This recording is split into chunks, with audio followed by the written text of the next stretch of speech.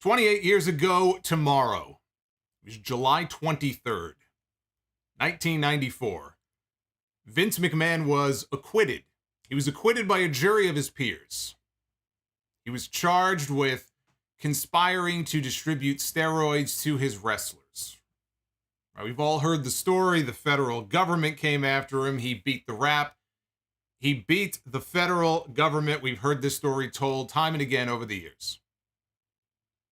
28 years later, here we are, and Vince McMahon, of all things, is done in by his own libido. All the controversies, all the things, and there's been allegations of other things and accusations and controversies in his company over the years. 28 years later, it's Vince McMahon's own libido that ends up doing him in and takes him down for the count. This right here is the wrestling story of the decade. There is a reason why so many people are freaking out and losing their minds over the news that broke earlier this afternoon, because this is a very big deal. This is a day that a lot of people thought would never come. With a tear in my eye. Hell, they even had me convinced that this guy was a cyborg and he was going to live forever. Never sleeps, always works, right? Having fun. That's what he told Steve Austin years ago, right? I'm still having fun. Why would I step away from this? I love this. This is my life. John Moxley once said that Vince was going to die in the chair at the gorilla position. They were going to find him keeled over, face down with a headset on. I don't know that anybody ever really truly believed that this man would be gone, let alone that he would choose to walk away on his own, or at least that's what they want people to think. They want people to think that this was his own doing. You know, I was getting ready for the podcast on Sunday. I was all prepped and ready to go for the stream tonight. There's a lot going on. I was in the middle of doing stuff for episode 766 coming up on Sunday. And I was thinking to myself yesterday, I said, you know, there's been a lot of rumors about the Wall Street Journal, you know, potentially being prepared to drop more news. Could come any week now. Wouldn't it be something if another Friday there's a Wall Street Journal bomb and it just kind of blows everything up, ruins my plans, and I was kind of preparing myself for the possibility that that might happen. And then it was relatively quiet today, actually. There was not a whole lot going on. I was able to focus on the shit that I had wanted to do, and then I'm sitting here working on my stuff, and the stock market closes, and it's only a few minutes after 4 o'clock this afternoon when I see a tweet from Vince McMahon's account. I had people sending me tweets, and I had texts from a couple of friends. Is this real? Is this legit? And I had to go see for myself, and I went and checked at Vince McMahon on Twitter, and this is what I saw. At 77, time for me to retire. Thank you, WWE Universe. Then, now, forever, together, and then a bunch of hashtags after that. And I gotta be honest with you, at first, I thought he was hacked. I looked at that and it looked exactly like the sort of thing that some kid would, you know, hack in and just say, oh, you know, it's 77, I think it's time to retire. It didn't seem real to me. So the first thing I did, I didn't even go to any of the wrestling sites. The first thing I did was I went to the WWE corporate website. And what do I see? Sure enough, there it is on my screen, the official announcement on the WWE corporate website, and that's when I knew that it was real. And I'm going to read you this as follows, because this is a quote from Vince McMahon, more than just a tweet. This is an expanded quote from Vince himself that was posted on the WWE corporate site earlier this afternoon. As I approach 77 years old, I feel it's time for me to retire as chairman and CEO of WWE. Now, as they're doing this investigation, you might be asking, I thought he already did. He stepped back, didn't step down. He stepped back as the chairman and CEO while the investigation was going on that the board of directors had begun. So technically, he wasn't actively the chairman and CEO, but officially, I mean, he still was. The belief was that when the investigation was over, it's a very good chance he might just go back to being the chairman and CEO. So he says here that he was retiring as the chairman and CEO. Throughout the years, it's been a privilege to help WWE bring you joy, inspire you, thrill you, surprise you, and always entertain you. I would like to thank my family for mightily contributing to our success, and I would also like to thank all of our past and present superstars and employees for their dedication and passion for our brand. Most importantly, I would like to thank our fans for allowing us into your homes every week and being your choice of entertainment. I hold the deepest appreciation and admiration for our generations of fans all over the world who have liked, currently like, and sometimes even love our form of sports entertainment. Our global audience can take comfort in knowing WWE will continue to entertain you with the same fervor, dedication, and passion as always. I'm extremely confident in the continued success of WWE, and I leave our company in the capable hands of an extraordinary group of superstars, employees, and executives. In particular, both chairwoman and co-CEO Stephanie McMahon and co-CEO Nick Khan. As the majority shareholder, I will continue to support WWE in any way that I can. My personal thanks to our community and business partners, shareholders, and board of directors for their guidance and support through the years. Then, now, forever, and together. So that is the full expanded statement from Vince McMahon. And, it's funny, he mentions, Khan as the co-CEO of the company. I saw the tweet. I saw people talking about it in the chat. I saw the tweet from Tony Khan. As soon as the announcement was made, Tony Khan couldn't help himself. And Tony Khan went on Twitter and he said, "Thanks to you wrestling fans and your great support of AEW, I am grateful now to be the longest tenured CEO in pro wrestling." And of course, people jumped down his throat, and I got a laugh out of it. Tony Khan, having a little fun at the expense of Vince McMahon today. I see nothing wrong with that. Now, Vince McMahon sent an internal memo to talent that was leaked and has since been confirmed by a whole bunch of different wrestling sites. He said, "To all the WWE superstars, as I approach 77 years old," and then he puts in parenthesis, "OMG, am I really that old?" The answer is yes, you are. "I feel it's time for me to retire. I have thoroughly enjoyed sharing my passion, wisdom, and love of the business with you. No longer," this is the key, "no longer will you see the smiling, docile, level-headed, calm presence at Gorilla every week." At least he's poking fun at himself. "Your dedication to WWE will ensure that our company will continue to grow and prosper. Our organization is nothing without you. You are WWE's only natural resource, chosen to perform in front of a global audience. You are our global ambassadors. Carry the WWE flag wherever you go." That's his way of saying stand up for WWE. "Wave it high and wave it proud, and bust your ass to be all you can be as a person and as a performer. And one other thing, I won't be with you, but I'll be watching. Remember to keep your hands up, grab a hold, and sell. By the way, Smackdown airs live tonight at 8 p.m. Eastern, 7 Central on Fox." He briefly morphed into Tony Khan there at the end of that tweet, or at the end of that memo. I don't know, there's so many announcements going around. I don't know what's a tweet and a press release and an internal memo. There's so many communications going around. But that was his letter to the talent in WWE. As you heard there in that press release, Stephanie McMahon was the interim chairwoman and CEO of the company. Stephanie McMahon is now the co-CEO of WWE. Nick Khan is also co-CEO of WWE. And the ascent of Nick Khan is going to be something that I think people are going to write about years from now. He's only been with the company for a few years. What's it been? 2-3 years? He hasn't been with the company for that long. They brought him in, and you see the ascent to where he is now. If I had a hat on, I would tip it. I would tip it to him right now. It has been quite the story to see how far up the food chain Nick Khan has gotten in this company. Per PW Insider, the Vince McMahon retirement decision was privately made about a week ago. And boy, if it wasn't transparent enough, what they were trying to do with that Titus O'Neil segment at the beginning of Raw on Monday night, I mean, we all knew what that was.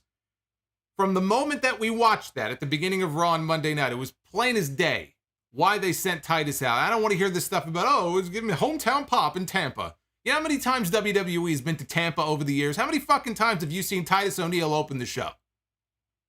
It was pretty clear why they sent him out there. He talks in his memo about waving the flag. That's what Titus O'Neil was sent out there to do on Monday. Now that we find out that apparently the decision was made a week ago, it makes it even more obvious why that segment was done. But PW Insider was told that the decision was made to place Stephanie and Nick Khan into the co-CEO roles shortly after it became clear that Vince was going to leave the company. They're told that it was a very closed circle that knew. Shockwaves are still registering throughout the entire company. Vince McMahon was not present at all today in Boston, and here is the key line, because I was getting a lot of questions about this, and I had questions about this myself. As somebody who has written plenty of press releases in my day for what I do for a living, it was very telling that in the statement that they issued on the WWE corporate site, at no point in that statement is it specifically, plainly made clear that Vince McMahon is no longer going to be tied in any way to creative, running creative, assisting with creative. You kind of, deduce that from the whole I'm not going to be around anymore vibe. But you needed to see it in print to know that it was true. And according to PW Insider, he will not be involved in the creative process of WWE going forward. And since then, WWE spokespeople have commented to some of the wrestling news media and have said the exact same thing.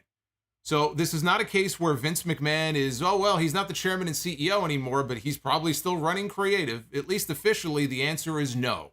He is gone. This is a total divorce of Vince McMahon from WWE. So if you were worried about that, you do not need to worry anymore. This is a clean break. WWE held what was billed as an all-hands-on-deck virtual meeting at 5 o'clock this afternoon, so about an hour after the news broke. And shout out, by the way, to all the people who were subbing. We got a whole bunch of new subs tonight. If you're not subbed to the channel, now's a good time to do so. But they held a virtual all-hands-on-deck meeting at 5 o'clock. It was said to be nothing more than just basically a rah-rah speech. There was no big news broken. Nothing really major was talked about. They described Vince McMahon as being irreplaceable, which is what shareholders have been told before by people who work for the company. I talked about this just a few weeks ago. There was something in USA Today after one of the Vince McMahon stories broke. A line near the end of the article that said the board has been told that the company believes that Vince is basically irreplaceable. And I said at the time, what a horrible thing. What if Vince McMahon, had some kind of a health episode? What if Vince McMahon dropped dead one day? None of this ever happened, but Vince he's at work and he drops dead. And you're going around telling people that this company can't run without this man, that he's the creative visionary. He makes the whole machine run. I mean, what a stupid thing to tell people. So they referred to him here as being irreplaceable, but they did say in the meeting that Stephanie and Nick Khan would plot the course of the company going forward. They were also told that PW Insider has been told that there's been a pretty positive reaction in the locker room regarding Vince McMahon's retirement. There is the belief that he would always be around in some form. So obviously they're shocked by the news. They didn't really expect this day to come. But they think that there could be a new energy for WWE creatively, has a lot of talent, excited to see what's coming next. And the belief among the younger talents is that a younger vision creatively will help the company connect better with the overall audience. I've been saying the same thing now for years. How many years have I been saying this on the podcast? When we talk about this and we interact, right? We talk on these streams every week and you guys email me and we talk about all this stuff. And it's exactly what I've been saying for years. It goes back to the interview that Vince did with Steve Austin on the network, on that live podcast, and even further back. I've used the analogy before about television shows. I've used The Walking Dead as an analogy, right? That's the perfect analogy if you're going to use a television show. I feel like I'm one of the few who still watches the original Walking Dead. A lot of people who I knew who used to watch the show, they fell off years ago because they said the show was boring. The show is not as good as it used to be. They lost their way. The Walking Dead has been through several showrunners over the years. It is not the creative vision of the same one person from the very beginning of when the show started, which at this point, that show's been on the air, I feel like, for probably a decade or more at this point. But The Walking Dead has actually improved over the last couple of seasons, and it's improved because they have someone new who is at the forefront of that show. They have a different vision, a different pair of eyes, different ideas. Monday Night Raw, Smackdown, these shows, this whole product has been the vision of one person for the entirety. Everybody watching this right now. We have older viewers here, we have younger viewers, but I'm willing to bet that most or all of you, for as long as you have been a fan, for as long maybe as you've been alive, the creative vision of this company has been from one man, one person. We've heard about the writers. They write for an audience of one, right? We've heard ex-WWE writers say that. They know what Vince likes. They know what he thinks is funny. They want to get a pop out of him. They want to get a laugh out of him. They write for an audience of one. Well, what about us? What about all the other people who want to like these shows and they sit and they watch 3 hours of Raw every Monday or 2 hours of SmackDown every week? The pay-per-views, NXT, if you're a wrestling fan, at one time or another, even if you don't watch anymore, you were probably watching WWE. And if you're not watching WWE anymore, you were probably turned off by shitty creative. It's all been the vision of one person. So the younger talent in the company thinking, well, now maybe if we get some new blood in here, or even if it's somebody who currently works for the company, but now they're in the position of trying to come up with ideas and storylines and stuff, boy, it'll be nice to get some new energy in there. Of course they feel that way. Imagine if you're a younger member of the roster. You're one of the, Austin Theory, young guy, right? You have people on the roster who were in their early 20s, mid-20s, taking creative direction from a 77-year-old man who has a very particular sense of humor and has a very particular sense of what he likes and what he thinks works and what doesn't work. And sometimes Vince McMahon, man, he's bang on.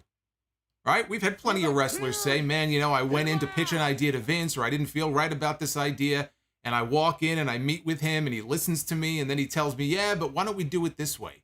And they're like, man, I didn't see it that way, but boy, he has a certain way of seeing things. It's not as if every idea that Vince McMahon that he's come up with over the years is a terrible idea. It's just that as time has gone on, there's been way more misses rather than hits. And it didn't used to be that way. Age, I'm sure, is a very big part of it.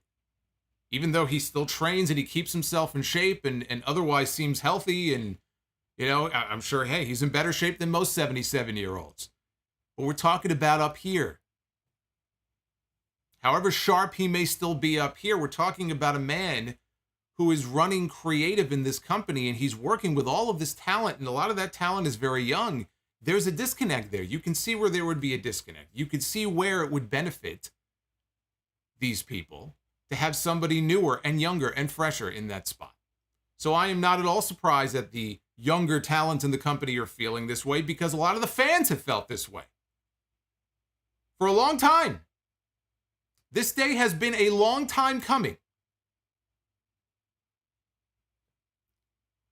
It's no coincidence that on the same day that Stephanie McMahon is officially elevated to co-CEO of WWE, because this news kind of this news got completely drowned out by the Vince McMahon stuff. But there was news even earlier this morning concerning one Triple H, Paul Levesque. It's no coincidence that on the same day that Stephanie is elevated to the position of, on a permanent basis, co-CEO of this company, that her husband, Mr. Levesque, is once again back in his old role as the head of talent relations in WWE. They put a press release out this morning, a very brief one, saying simply, I'm back. And Triple H is saying that he's back, he's feeling good, he's happy to be back in his old position. He said, I look forward to returning to my prior position as head of talent relations. I'm healthy, fired up, and ready to take charge. Now, when WWE placed John Laurinaitis on administrative leave because of this investigation that's been going on, Remember, they made that announcement a few weeks ago because he's being investigated and Vince McMahon are both being investigated by the board. And I'd be very curious now that Vince has stepped away. He's stepped down.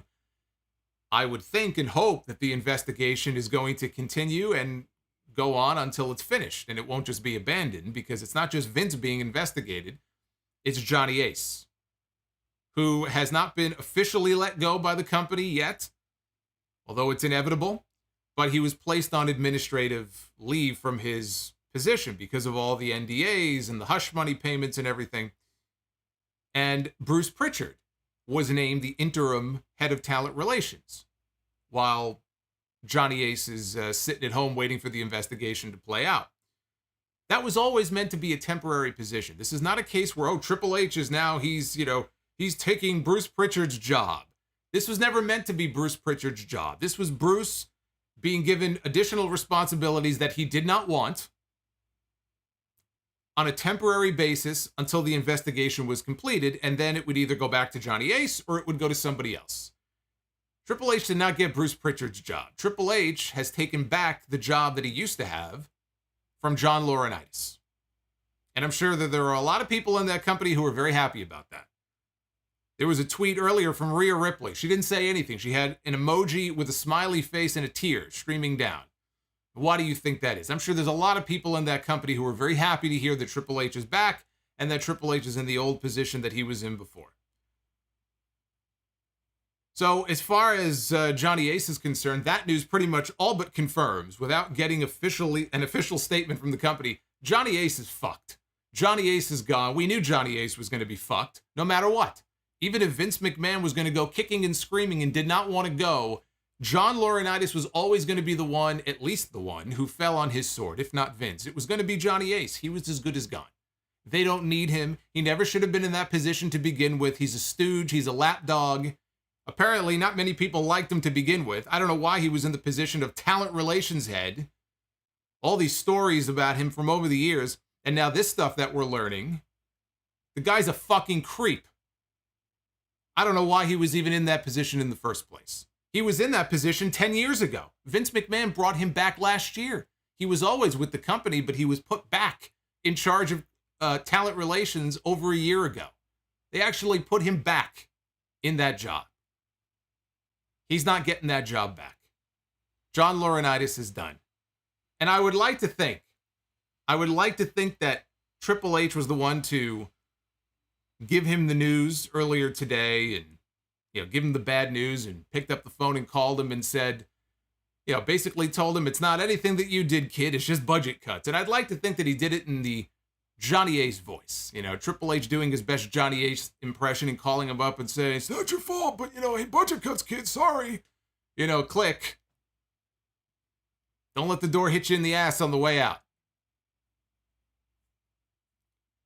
But don't cry for Johnny Ace. Johnny Ace, from what I understand, is going to have a nice golden parachute waiting for him on the way out. So Johnny Ace is set for life. He'll do just fine. But you look at this timeline of events. Triple H gets sick, watches his pride and joy get gutted. I know his story now is that, this was always the plan, to gut NXT and, build it back up from the ground up. Yeah, okay. So they did what they did. They killed the Black and Gold. They dismantled pretty much most of his team. I think Steve Corino and Shawn Michaels. And I guess Matt Bloom is still running the PC. But basically, Steve Corino and Shawn Michaels, I feel like, are the only two people left over from the Triple H regime of NXT. They pretty much got rid of everybody else, including Regal and everybody else. They're all gone, right? So he gets sick. He has to go away. They tear down NXT. They gut his pride and joy. A few months ago, we find out that his wife, Stephanie McMahon, has announced that she is going to step back. She's going to take a leave of absence from WWE, right? Then this news about the email from the woman and these hush money payments, right? This whole story is leaked. And this is before Stephanie took her leave of absence officially, but the story is leaked to the Wall Street Journal, and that is what gets the ball rolling on this entire thing. Stephanie is then installed as the interim CEO. So she takes a leave of absence, and then only a matter of weeks later, she's right back in the company. She is the interim CEO of the whole fucking thing. Now she is the permanent co-CEO of the company, and her husband is back in the position as the head of talent relations that he had previously occupied. I got to tell you, in the annals of comebacks, this is going to go down.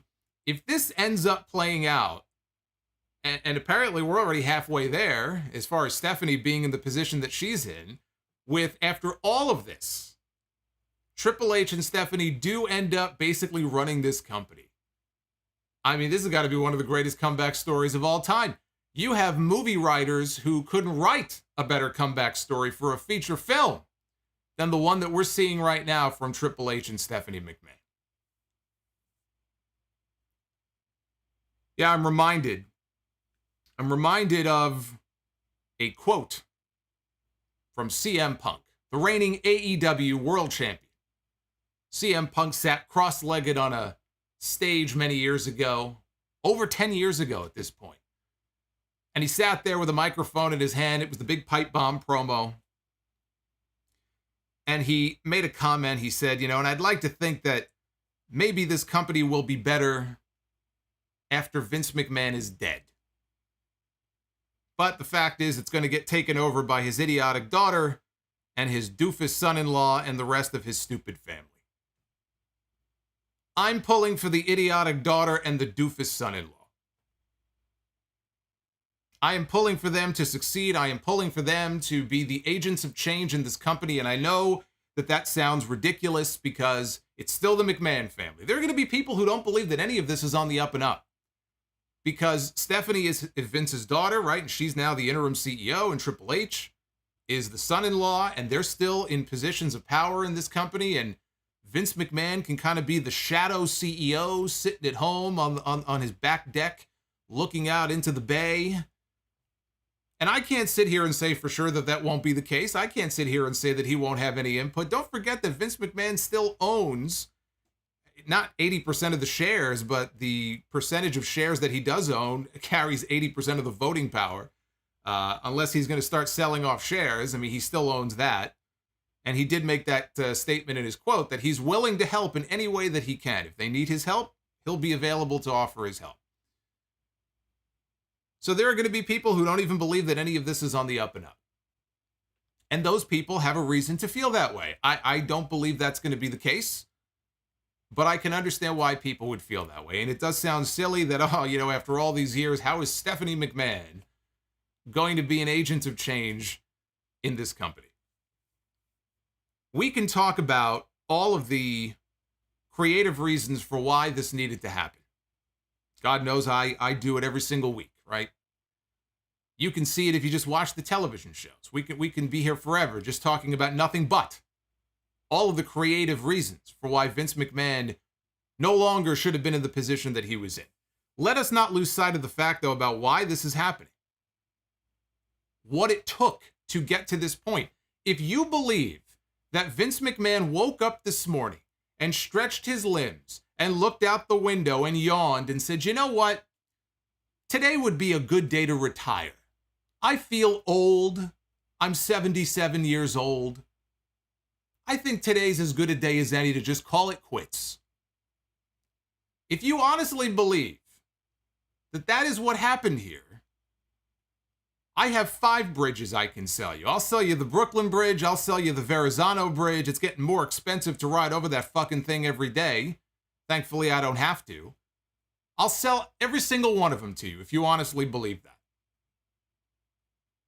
This is a situation where Vince McMahon is accused of some pretty serious stuff. And there are people who say, well, a consensual relationship, or he used his own money and he was fooling around with a woman. What's the big deal? It goes beyond adultery, or it goes I don't know what the status of his marriage with Linda is, nor do I give a shit. It goes beyond that. We're not talking about some guy who had an affair. I don't give a fuck. He wants to go have an affair. That's his business. We're not talking about that. We're talking about a situation where this guy was the head of the company, the CEO of this company.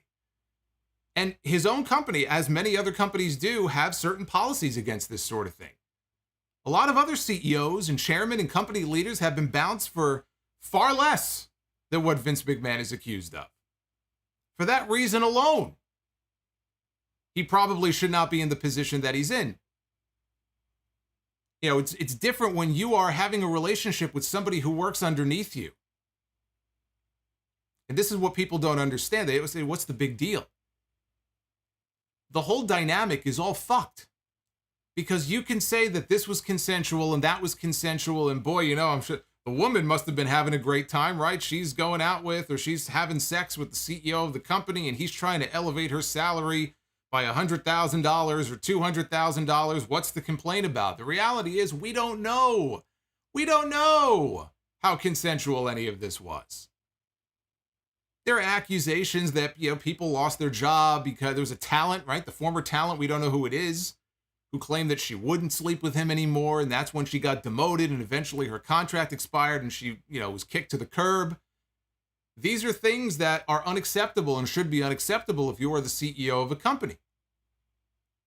And then there's other accusations against him, and that's all they are right now, but some pretty serious shit. And all of this makes me wonder, for him to come out and say that he's retiring and he's going to step aside when he did not have to. He could have waited for the investigation to finish.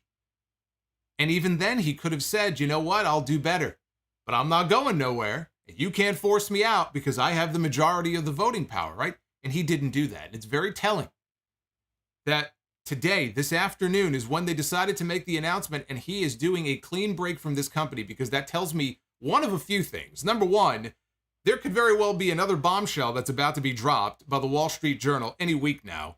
That could be even worse than the stuff that we've already heard about, right? That's number one. Number two, it makes me wonder what else this investigation may yield.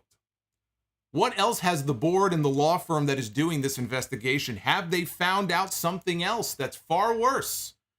Or are there 5 other women in addition? Instead of $12 million in hush money payments, maybe it's $30 million. What else are they going to find? What else do they know that we don't yet know? I've heard that HBO, Real Sports with Brian Gumbel, they're working on a piece. They've been going around trying to find ex-divas, former WWE women's wrestlers to interview for a piece on Vince McMahon. That is in the works. Now, I don't know if this announcement is going to change that, if they're going to abandon the story altogether, but that's been going around as well. So take your pick. We don't know yet. I'm sure there's going to be other stuff that's coming out. Hopefully they will continue their investigation, they will finish their investigation, and we will get a bigger picture of exactly what the fuck has gone on here. That's why this happened. Something else is coming down the pipeline that they must be worried about, and he knows it. And either he was pressured by people around him, perhaps by his own family, to do the right thing and step aside for the good of the company, or, I would hope, he looked at the situation and said, you know what? This isn't going to end well. All I'm doing by sticking around is I'm embarrassing this company and dragging it through the mud even more than it already has been for the good of the company that I care so much about. If he really cares that much about WWE, he would step aside. He would resign. I'd like to think that that's what happened, that he had a eureka moment and he is doing this because he does not want to hurt the company anymore. But it is very telling that this happened now and the investigation is still ongoing. That means there's some pretty bad shit, I think, that's still yet to come. So this was not something that he wanted to do. Dave Meltzer had a note in today's update on the Observer site. He said, at Money in the Bank, talent was told that Vince was not going to be leaving creative under any circumstances. That was less than a month ago. That was only a few weeks ago. Here we are. What changed?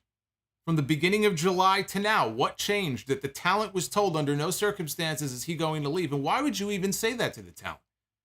There's an ongoing investigation. You don't know what the investigation is going to find. How do you tell talent that under no circumstances is Vince going to leave creative? You don't have to worry about that. 3 weeks later, I'm retiring. I'm 77. I think now's a good time to retire. What do you think happened? It's only a matter of time before we find out.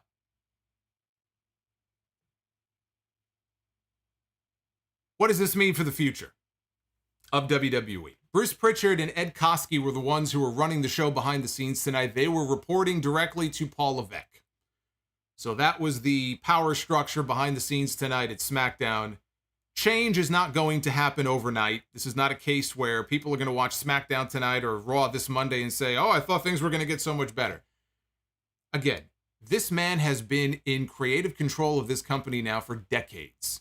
Change is not going to happen in a week. Change is not going to happen in a month. We still don't know who is going to be the new head or heads. We have co-CEOs. We may have co-heads of creative. I mean, WCW at one point had a whole creative committee, which turned out to be a fucking disaster. So we don't know who exactly is going to be running creative. One thing they absolutely do not need to do is look backwards to people who used to be the head of creative in WWE. We don't need to go backwards. We need to be looking forward, not back. So what about the state of Bruce Pritchard? What about his status, right? We don't know exactly what the future is going to hold for Bruce Pritchard. We know one thing, though. Bruce Pritchard is not a Stephanie McMahon guy. Bruce Pritchard is a Vince McMahon guy. And for that reason alone, the long-term solution here, the long-term answer is not Bruce Pritchard. He needs to be slowly phased out. Bruce Pritchard is not the answer.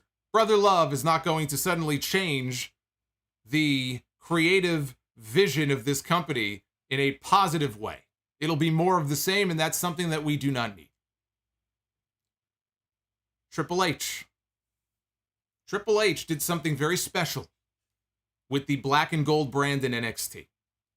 I was a very big fan of the old school NXT. I'm talking going back to like 2012, 2013, 2014, into the real prime years of that black and gold era. And yes, he did go out and try to create his own super indie. It's basically what he did.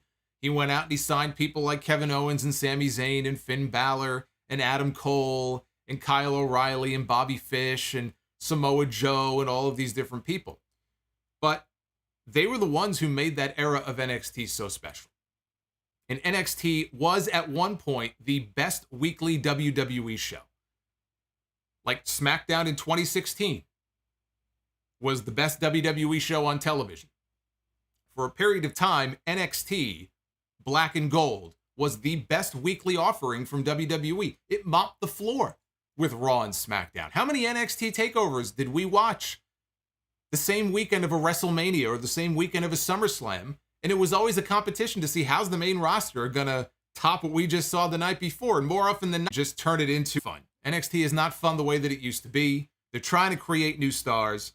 And one of the other positive things about what happened today, and this may actually end up being one of the biggest positive consequences of this. Consider all of the people that Triple H helped build and cultivate in NXT. And what they did in NXT worked in NXT. And I understand that not everything that happens and works down there is going to necessarily translate to a wider audience. But there were so many people who got called up to Raw, called up to SmackDown with no plan. There was no plan for them. They had their name changed, they had their gimmick changed, or maybe they didn't. But then Vince McMahon got turned off. He got bored by them, and a few weeks later, they basically were just kind of cast aside. How many people got called up from NXT to the main roster? And Triple H is watching this, and you know that in his head, he's just shaking his head going, what the fuck? I've spent all this time trying to create something with this guy, with this girl, and it works. And they get called up, and their career goes to shit. Hey, Bianca Belair is a success story. There have been success stories, right? Theory, he'll be the next big thing in this company. There have been success stories on the main roster, but so many people who should have gone farther than they did ended up not doing so. And a lot of that goes back to Vince McMahon, right? The head of creative. Maybe now the future for the NXT call-ups, maybe that future will be a little bit brighter than it used to be under the Vince McMahon regime. That's another potentially positive consequence to him retiring and stepping aside and getting somebody new in there. Is Triple H the right guy? Would Triple H be the one to be elevated to head of creative in this company? Probably not. Just because he was just elevated to the head of talent relations, he's not going to do both. And I don't know, again, his health situation. I mean, he almost died. It's a very serious situation last year. So I don't know if that would even be good for his health to be in a high stress position like that. But I think you have to have his name on the list. And then I know, and I already saw his name mentioned a while ago. I know people are wondering, what about Kevin Dunn? What about Kevin Dunn, the head of production in WWE, right? He's been with the company for, as long as Vince has owned the fucking thing and got it from his father. Kevin Dunn has been there. You know the old story, Kevin Dunn's father used to work for the company, and I think Kevin Dunn's father once saved a whole bunch of tapes or something from a fire. And so his son got a job for life working in this company because of his dad. And we see in recent years what has happened to WWE television when you watch these shows with the constant camera cuts and with the shaky cam and all these things. And of course, now they have the big 3D graphics and everything. To me, that's not even a big deal. But literally, you can watch the show sometimes and get nauseated because of all the camera cuts. They've done segments where, and people have counted. People on Twitter have actually counted the number of times the camera cuts to a different shot in the span of 10 to 15 seconds. It is disgusting. But this goes beyond camera cuts. Camera cuts is a minor thing in the grand scheme of things. Kevin Dunn is a very powerful person in this company. Kevin Dunn, creatively, one of Vince McMahon's right-hand men, has a lot of input into a lot of different things, and talents over the years have said that Kevin Dunn, if he doesn't like you, he could kill your career. You are not going to go very far for whatever reason. There's something about you that he doesn't like. We know how Jon Moxley feels. If you read his book or you bought the audiobook on Audible, you got it for free using our link, you know that he is one person who is not a fan of Kevin Dunn. Kevin Dunn is not a Triple H or Stephanie guy. And that has been the story now for many years. It was always a matter of if Triple H and Stephanie get power, that is the beginning of the end for Kevin Dunn. But think about it. It makes sense, right? If you have a new regime that comes in, they're going to want to clean house and bring their own people in. If I were Kevin Dunn, I'd be very worried right now. He's another one like John Laurinaitis. I don't cry for him because when and if he is gone, he's going to be just fine. All the shares, he's always cashing in shares of stock for $1 million here and $1 million there. I mean, he can go off somewhere. He can build a log cabin for himself. Kevin Dunn is going to be just fine. Kevin Dunn is another one, I think, who needs to go with the old regime, and you get some new blood in there. You get somebody with a new vision for what the WWE product should look and feel like on television. And frankly, somebody who just isn't as fucking creepy as Kevin Dunn is. I mean, there's a lot of stories about Kevin Dunn and the divas and stuff, and we don't need to get into that. So there is going to be a lot of fallout to what we heard today and the news about Vince McMahon stepping aside. I still believe this news today has only reinforced my belief that this company is going to be sold.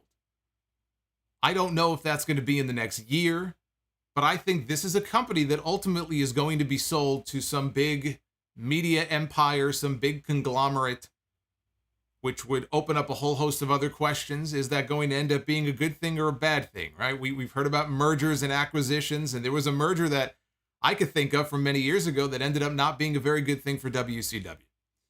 So that could end up being a case of be careful what you wish for. But can't discount the possibility that this is a company that could be primed in the near future for a sale. I did want to mention this because we were talking about, Vince McMahon, yes men and lackeys. I saw Gerald Briscoe chimed in on Twitter because there are a lot of people on social media all day who have been celebrating this news. And I think a lot of them are celebrating just because they're happy that it seems like there might actually be change. I'm sure there are some idiots on social media who are celebrating and saying, oh, I hope he drops dead and all this other stuff. But, right, there's a lot of celebrating going on today. I think a lot of people look at this as being a positive thing.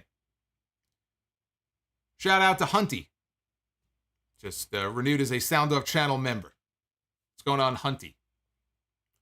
Gerald Briscoe posted on Twitter earlier today after the news broke, and this is what he said. He said, disappointed to see all you jabronis celebrating the retirement of the man who created a world that gave you so much enjoyment growing up. if Vince never existed, all you marks would have sadder lives than you already do. So if ever you needed a window into what the inner brain trust in WWE and all of these stooges, literal stooges. I know he used to be a stooge on TV, but actual fucking stooges.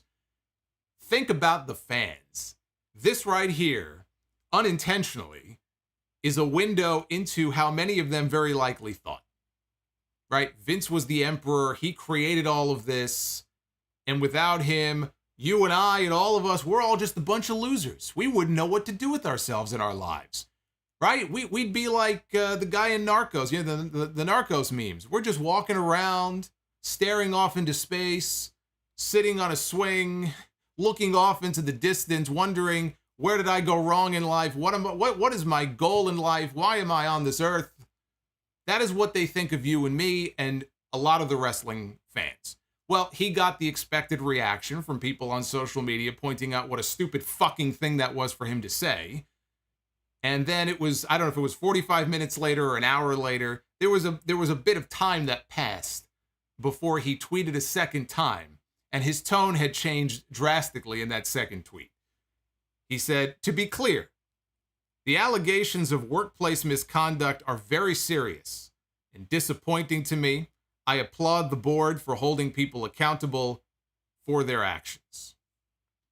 So it seems like Mr. Briscoe was not very happy with the overwhelming response that he got from people on social media, and also forgetting the fact that, yes, there is an ongoing investigation into some very serious allegations against this man of sexual misconduct. And maybe that has a little something to do with why Vince McMahon made the decision today that he ultimately made. Maybe that's why some people wanted to see him gone. Didn't really cross his mind at the time. Apparently, we're all just a bunch of fucking losers, and everybody should just bow down to Vince. Like all the bozos on TV, every time Vince McMahon would walk out for a segment, they all bow to the almighty. That's what Gerald Briscoe thinks that we should all be doing. And Gerald Briscoe was one of his inner circle for so many years, right? Patterson and Briscoe and Slaughter and Pritchard, it's all the same guys. This is what they really, truly think of the fans. It's like a cult. You get brainwashed after so many years. To the point that he was trying to make, what I think of Vince McMahon's legacy. Yes, very likely I may not be a wrestling fan right now, were it not for Vince McMahon. I grew up right around the time that Vince took over from his father, and we went into the Rocket Wrestling era, and we went, right, the big golden age of the 80s, into the early 90s, which eventually gave way to the Attitude Era and the Monday Night War. And man, it was so much fun to be a wrestling fan. Raw versus Nitro, Who's Gonna Jump, Austin and Rock, everything that was going on, right? Even Vince McMahon himself, the Mr. McMahon character. I maintain the greatest heel in the history of wrestling. Mr. McMahon. The guy who a lot of people for years thought, hey, he's the announcer guy, didn't even know that he was the owner, ended up being the greatest heel of all time, in my opinion. And that is part of Vince's legacy too. Him as an on-screen character. None better. Austin versus McMahon, right? One of the greatest feuds in the history of the entire promotion. That will also be part of his legacy. I am very grateful for all of the fun memories that I have as a wrestling fan. And still I go back and I watch a lot of the classic stuff and some of the old pay-per-views and Saturday night's main events. I mean, look, that's part of my childhood. It's part of who I am today. I'm still a wrestling fan to this day. You can appreciate Vince McMahon for all that he accomplished and all that he did and all that he gave to you as a wrestling fan and still recognize that it's time to go. I appreciate all of that. He will go down as the greatest promoter and the most successful promoter in the history of the business. Right? Bar none, nobody's even close to having the level of success that Vince McMahon has had.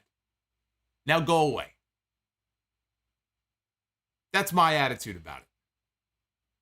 You can pay respect to the man and pay homage to what he has accomplished, but also recognize that the time has come for him to step aside. His time has come and gone, and there's nothing wrong with that. I don't understand this blind idol worship. We see it a lot in politics too. This blind idol worship.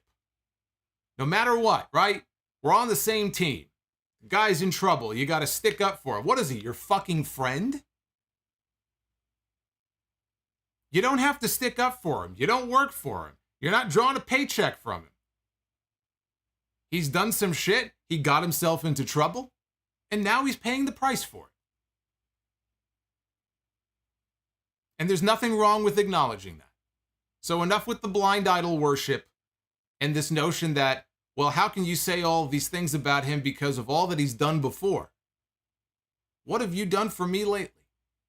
That's what this is. You learn that in business sometimes. All that I've done for you, right? All the business I've brought in for you. I had that with a person who used to work at a company that I worked for. He used to be really good at his job, right? He would bring in clients, and he was just a really good PR person. He would get some big stories in the papers and everything else, and then he kind of just, I don't know, things changed, and he wasn't getting those hits anymore, and he wasn't bringing in as many clients, and they ended up getting rid of him because it's a service industry, and all people think about are, what have you done for me lately? What has Vince McMahon done lately for the fans that would make you think that, man, this guy, this company, we can't have anybody but Vince McMahon in that spot? Come on. Get real. It was time for a change. It's been long overdue. This is the thing that the Gerald Briscoes of the world just don't understand. Apparently, it makes you a loser if that's how you feel.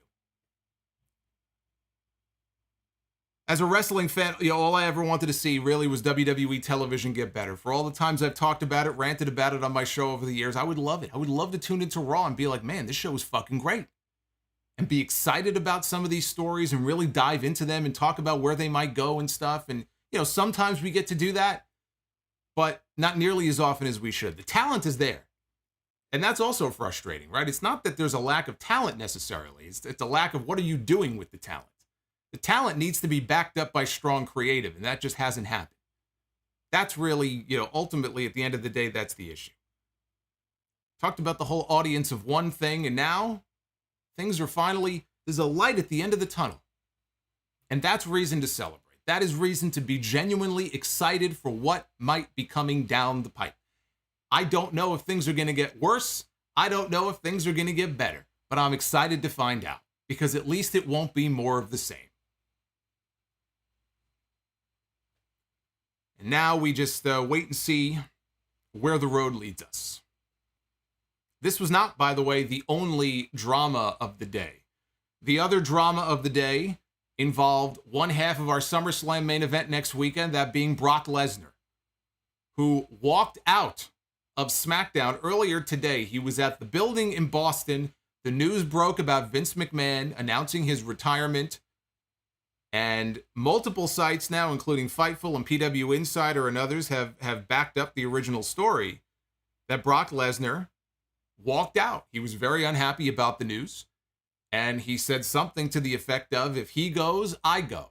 And he walked out. And this was only a few hours before SmackDown tonight, which he was advertised to be on. And he walked out of the building, and it was chaos, as you would imagine, because nobody knew if he was going to come back, right? He was advertised. They had to rewrite the show tonight because of it. It was a whole mess. And there's no word on exactly how things were resolved. Obviously, things were resolved because he showed up at the end of SmackDown tonight. He popped up at the very end of the show. Austin Theory was in the ring with his Money in the Bank briefcase, and Brock Lesnar showed up, laid him out with an F5, and all is right now. WWE was able to salvage things, and all is right now with the wrestling world. Per PW Insider, Lesnar was originally slated to appear in the opening segment of the show and then would immediately leave to go fly home. So the show did have to be rewritten. Even during the show, they were said to be in communication, trying to get a hold of him, trying to get him to come back so they could talk things out and try to resolve whatever the problem was. And I'll tell you what, if Cultaholic is to be believed, I don't know how many of you saw this, but if Cultaholic is to be believed, they had a report from a source of theirs earlier today as all of this chaos was unfolding, that WWE's plan, or their initial thought on what they might do if Brock Lesnar did not come back and they needed a replacement for him at SummerSlam, the replacement that was rumored to step into the ring with Roman Reigns next weekend was Bill Goldberg. They were contemplating picking up the phone and calling Bill Goldberg to take the place of Brock Lesnar in the main event of SummerSlam. Now, I am as sick as some of you are, I'm sure, at the constant Roman Reigns, Brock Lesnar matches, right? Even though it might still be the biggest match that they can do, which is pretty fucking sad, but I've gotten my fill of Brock Lesnar and Roman Reigns. The news about Goldberg potentially being the one to replace Brock Lesnar had me clamoring for Brock Lesnar. I was ready to pick up the phone myself and say to Brock, what do you want? How much do you want? I'll wire you the money right now. I'll PayPal the money over to you. Just please save us from Roman Reigns against Bill Goldberg. We already got that once too, and it wasn't good the first time. Can you imagine Bill Goldberg now in the main event of SummerSlam next weekend? So, crisis averted. I'm very happy that Brock Lesnar decided to come back. But holy shit, you talk about a wild and crazy day, and all of this broke after 4 o'clock in the afternoon. It was pretty late in the fucking day. So it has been a whirlwind, and I am happy that you have chosen me here for your Vince McMahon coverage and Smackdown coverage here tonight. This is, by the way, your Smackdown review for July 22nd, 2022. We're going to forego Rampage tonight. That's why I wanted to come on here a little bit earlier. We'll talk about SmackDown, and I am sure that you guys have a lot of questions and a lot of comments yourself about what happened today and what might be happening in the future. So super chats are open. Please hit that like button if you would do so. That is going to help out the video a lot if you would do that, and we are going to go through all of your messages as well. So drop a super chat so that I can get to it here in a little bit, and we'll go through all of that. SmackDown did open with Stephanie McMahon. So Stephanie McMahon did make an appearance tonight. She did show up on SmackDown. In fact, she was already in the ring when the show started. And she announced that her father had retired earlier in the day. Crowd gave him a thank you, Vince chant. And she said, wait a minute, you're jumping the gun a little bit here. I was planning on getting to that part in a little bit, but she ended up leading the crowd in a thank you, Vince chant. And then the Street Profits music hit, and they came out. And when they got to the ring, Stephanie was gone. She had vanished. I guess she was back in Gorilla. She had the headset on, maybe. I don't know. But Stephanie disappeared. We didn't see her again for the rest of the show. And there was no other mention of Vince McMahon for the rest of the night. So I don't know if we're going to get some kind of bigger Vince McMahon thank you at some point. I don't think that now would be the right time for that, given that he is still under investigation. That would be kind of fucking dumb, frankly. So a little thank you Vince chant, and that was the last mention of him for the rest of the show. Street Profits were all pumped up about their tag team title match coming up at SummerSlam against the Usos next Saturday. Austin Theory interrupted, again talked about how he's going to cash in either on Brock Lesnar or he's going to cash in on Roman Reigns at SummerSlam. He was then interrupted by the Usos. Theory got trapped between both teams, and the Street Profits started laughing. And Theory made a crack here about how at the end of SummerSlam next week, not only is Montez Ford going to not be with the championship, but his wife will also not have a championship.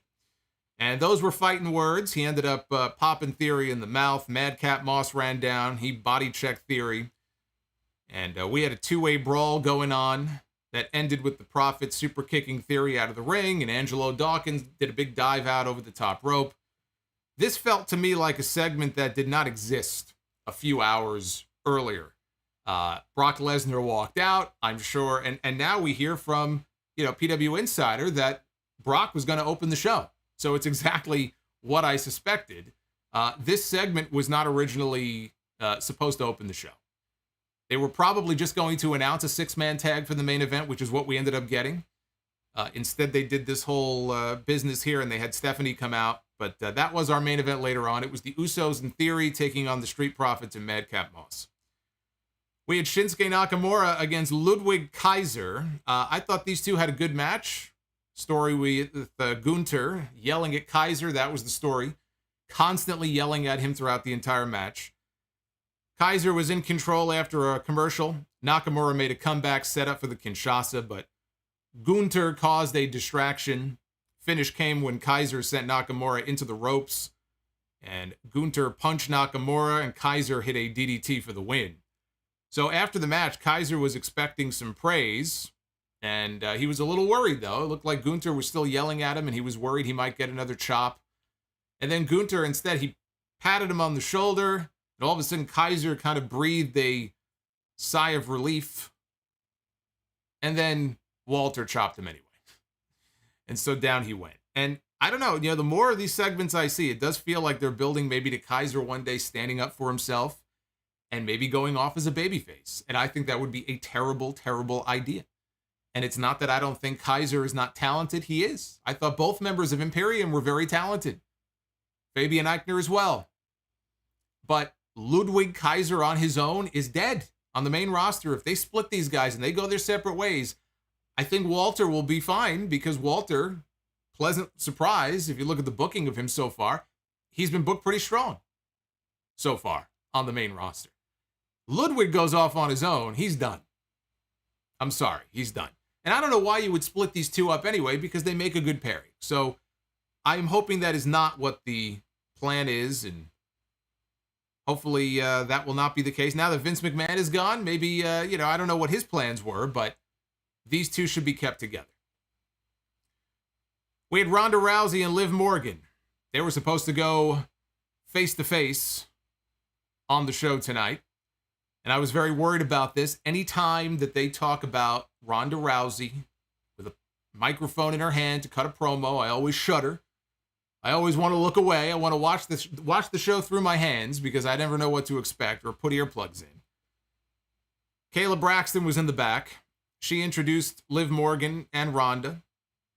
And Ronda sent Kayla away. She took the mic and she sent Kayla away. She said that she liked Liv and didn't have an issue with the way she took advantage of her at Money in the Bank. Rousey said that she's going to beat Liv at SummerSlam, and she expects that she'll shake her hand after the match is over in the same way that Ronda shook her hand at Money in the Bank. She expects that Liv Morgan will pay her the same respect that she gave her at the last pay-per-view. Morgan said that she loves this, she needs this, she wants it more than Ronda does, and she vowed to beat Ronda at SummerSlam, and Rousey said that everybody loves Liv because she has more passion than anyone in the locker room except her. And this was, I will say, the best Ronda Rousey promo segment that I have seen since she came back to the company. They kept it short. They did it in the back instead of doing it in front of the live crowd.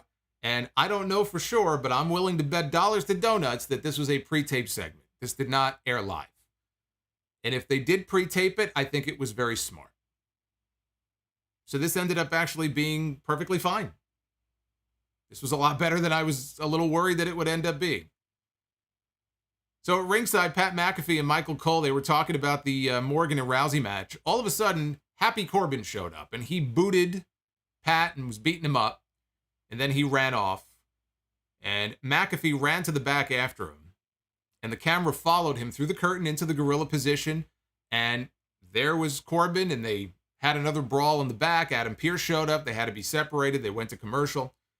After the break, McAfee walked back down to the ring, and he cut this great, fiery babyface promo on Happy Corbin. And this guy was born to do this. I've said it. He really has been a revelation. They're very, very lucky that he is a big fan of the product, because it's not like he needs the money. He's even said that before. Pat McAfee is not doing this for the money. Pat McAfee is doing this because he loves it and because to him it's fun, but it also comes natural to him. He's got a natural charisma going back to his days in football and everything. And now he's making millions of dollars a year on his own show. He does this because he is legitimately passionate about it, but he's got a knack for it. He's got the gift of gab. He comes down to the ring. He gets a microphone. He says he's got one thing to say before he gets back on commentary. One thing to say to bum-ass Corbin. He says, at SummerSlam, you can't jump me from behind. You're not going to be using diaper rash as an excuse. In 8 days, it's man against big, dumb, bald baby. And when his foot hits that big head, he's going to put him down for good. He called him a bitch. You always know it's serious when they bust out the B word on this show. So I thought this was great stuff.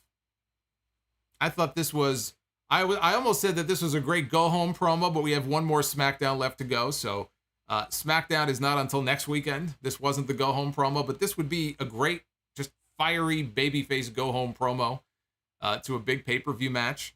And frankly, I look at that SummerSlam card, and it's probably one of the matches on the show I'm most looking forward to, is a Baron Corbin match. But I think Pat McAfee has done a great job with it. So he had the Viking Raiders, or I guess I should say the new vicious Viking Raiders, against Jinder Mahal and Shanky. New Day joined Cole and McAfee on commentary, and Xavier Woods, who for whatever reason was wearing a giant unicorn mask over his head, praised the Viking Raiders, and he mentioned them being former Ring of Honor and IWGP Tag Team Champions. So if you needed any other type of proof that Vince McMahon was not on headset tonight, and that Vince McMahon was not backstage running things tonight, I give you Exhibit A. Xavier Woods did not give a fuck. And honestly, what should the big deal be anyway, right? I mean, come on, they're former tag team champions in other promotions. It's okay to mention that. Maybe that's one of those little changes that we'll start seeing more of on WWE television, an acknowledgement that there's actually a whole other world outside the bubble that is WWE. Maybe that'll be a positive change. Maybe we'll start to see more of that.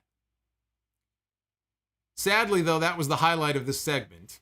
Ivar sent Mahal out to the floor. They brawled around ringside until Ivar tossed Jinder into the New Day, and he jumped back into the ring. The referee counted Jinder out for the finish. This whole thing went 90 seconds with the shitty count-out finish. This sucked. And next Friday, it's going to be the New Day taking on the Viking Raiders. Adam Pearce was backstage, and Forbidden Door. I see people saying Forbidden Door. No, we're not going to see a forbidden. I don't want people thinking that we're going to all of a sudden get a Forbidden Door.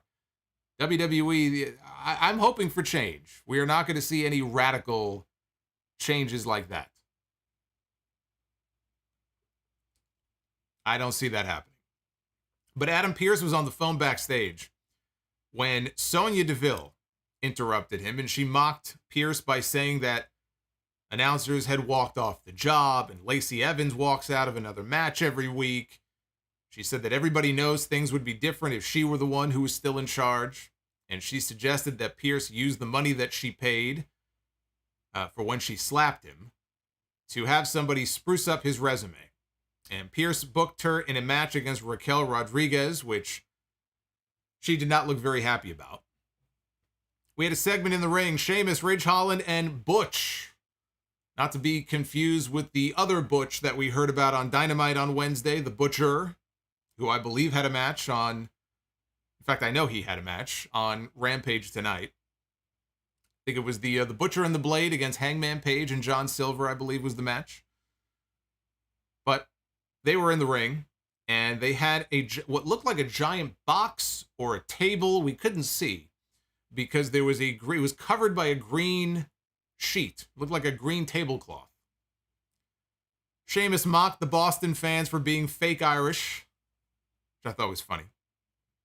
Funny because it's true. Sheamus set up footage from 2 weeks ago of Drew McIntyre cutting the top rope with his giant sword. And he accused McIntyre of trying to cut his head off and said the sword has no place in the ring. Drew came out. He was carrying his big dumb sword. Drew wanted to know when Sheamus became such a bitch.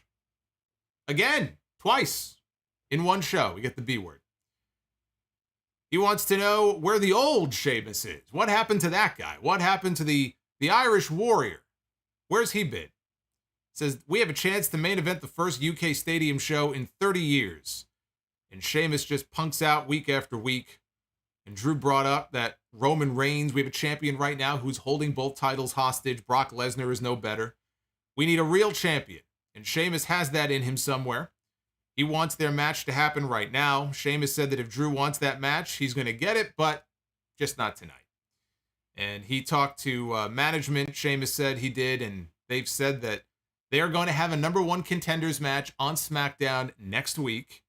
The winner goes on to Clash at the Castle to challenge for the championship. And Drew cannot bring his sword. And then finally, Sheamus, he picked up the tarp that was covering whatever was underneath. And we saw there was a table with a whole series of shillelaghs all laid out. Whole bunch of shillelaghs. So it's going to be what he called a good old-fashioned Donnybrook. That's what they're calling this match next week. No rules. Anything goes. A good old-fashioned Donnybrook. Sword is banned. Drew immediately accepted the challenge. Adam Pearce comes out. He makes it official. And while Sheamus is talking, they kept the camera angle very tight on Sheamus, so you couldn't see anything around him. And all of a sudden, Drew McIntyre chops the shillelagh that Sheamus had in his hand. He chops it in half with the sword. I don't know why they're not saving this match for SummerSlam. I think that's a little strange. I get that they're on Fox, and they want to give some matches away on TV. But right now, Drew and Sheamus, they have no match at SummerSlam. They're not on the card. It's possible that they have a brief match. There's interference. It's not like there's going to be a disqualification because there's no DQs in this match. So I don't know why they wouldn't just wait the extra 24 hours. SummerSlam is literally the next night and do it in a stadium, but they're doing it on TV next Friday. We had Raquel Rodriguez one-on-one against Sonya Deville. Raquel delivered a pretty bad headbutt at one point. I can't even really blame her. It was more the camera angle. The way the camera was positioned, you could see that it missed by a mile. So it just looked bad. Rodriguez missed a tackle in the corner. Deville hit a DDT for a near fall. Sonya hit a series of kicks until Raquel lifted her up, slammed her with the Tejana Bomb for the win. Short match just to give Raquel a quick win. Nothing special. We were supposed to get Lacey Evans against Aaliyah, which did not happen last week. And guess what? It did not happen again this week. Evans grabbed the microphone when she came out. She mocked the fans. She said that she's not surprised that Tom Brady left the city, so getting some of that cheap heat in Boston. She noted there was not a person in the building that could walk a mile in her shoes, and Aaliyah tried to get in her face. Evans, though, demanded the fans' respect, and all of a sudden she rocked Aaliyah with the woman's right, and down went Aaliyah, and away went Lacey Evans to the back. So, yet again, Aaliyah is made to look like an absolute geek in one of these segments, as she has before.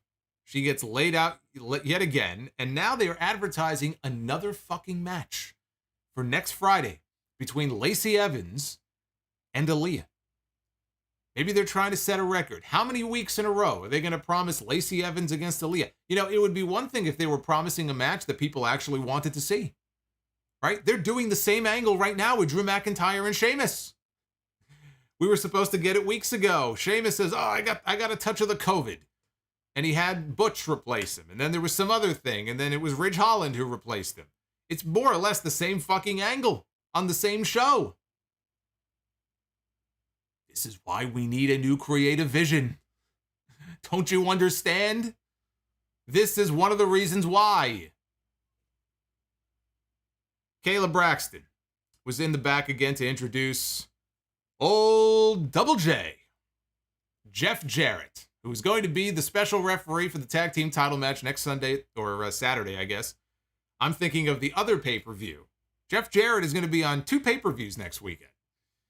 So he's going to be the referee for the tag team title match. He's standing back there. He's in his referee shirt. Sleeves are cut off. Looking tan as shit. You could see, because he had his hands up at one point, you could see all the fake tanner on his hands. But Double J, 55 years old, looking good. He's gotten himself in shape here. And he claimed that this tag team title match coming up next Saturday is the biggest tag team title match in SummerSlam history.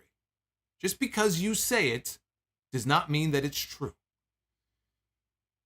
He said the Usos and the Street Profits have offered him everything under the sun. He turned it all down. That's why they gave him the job, because they know he's going to be impartial. He's going to call it right down the middle. They needed somebody who would be fair, and that's why management picked him. And then he ended with his JEFF, JARRETT, and he walked off. I was very disappointed there was no mention of him trying to murder Ric Flair in the parking lot last week. So for those of you who don't know, I said before that Jeff Jarrett is going to be on 2 different pay-per-views next weekend. We have SummerSlam on Saturday in Nashville, which is the only reason he's on the show, right? He's from Nashville.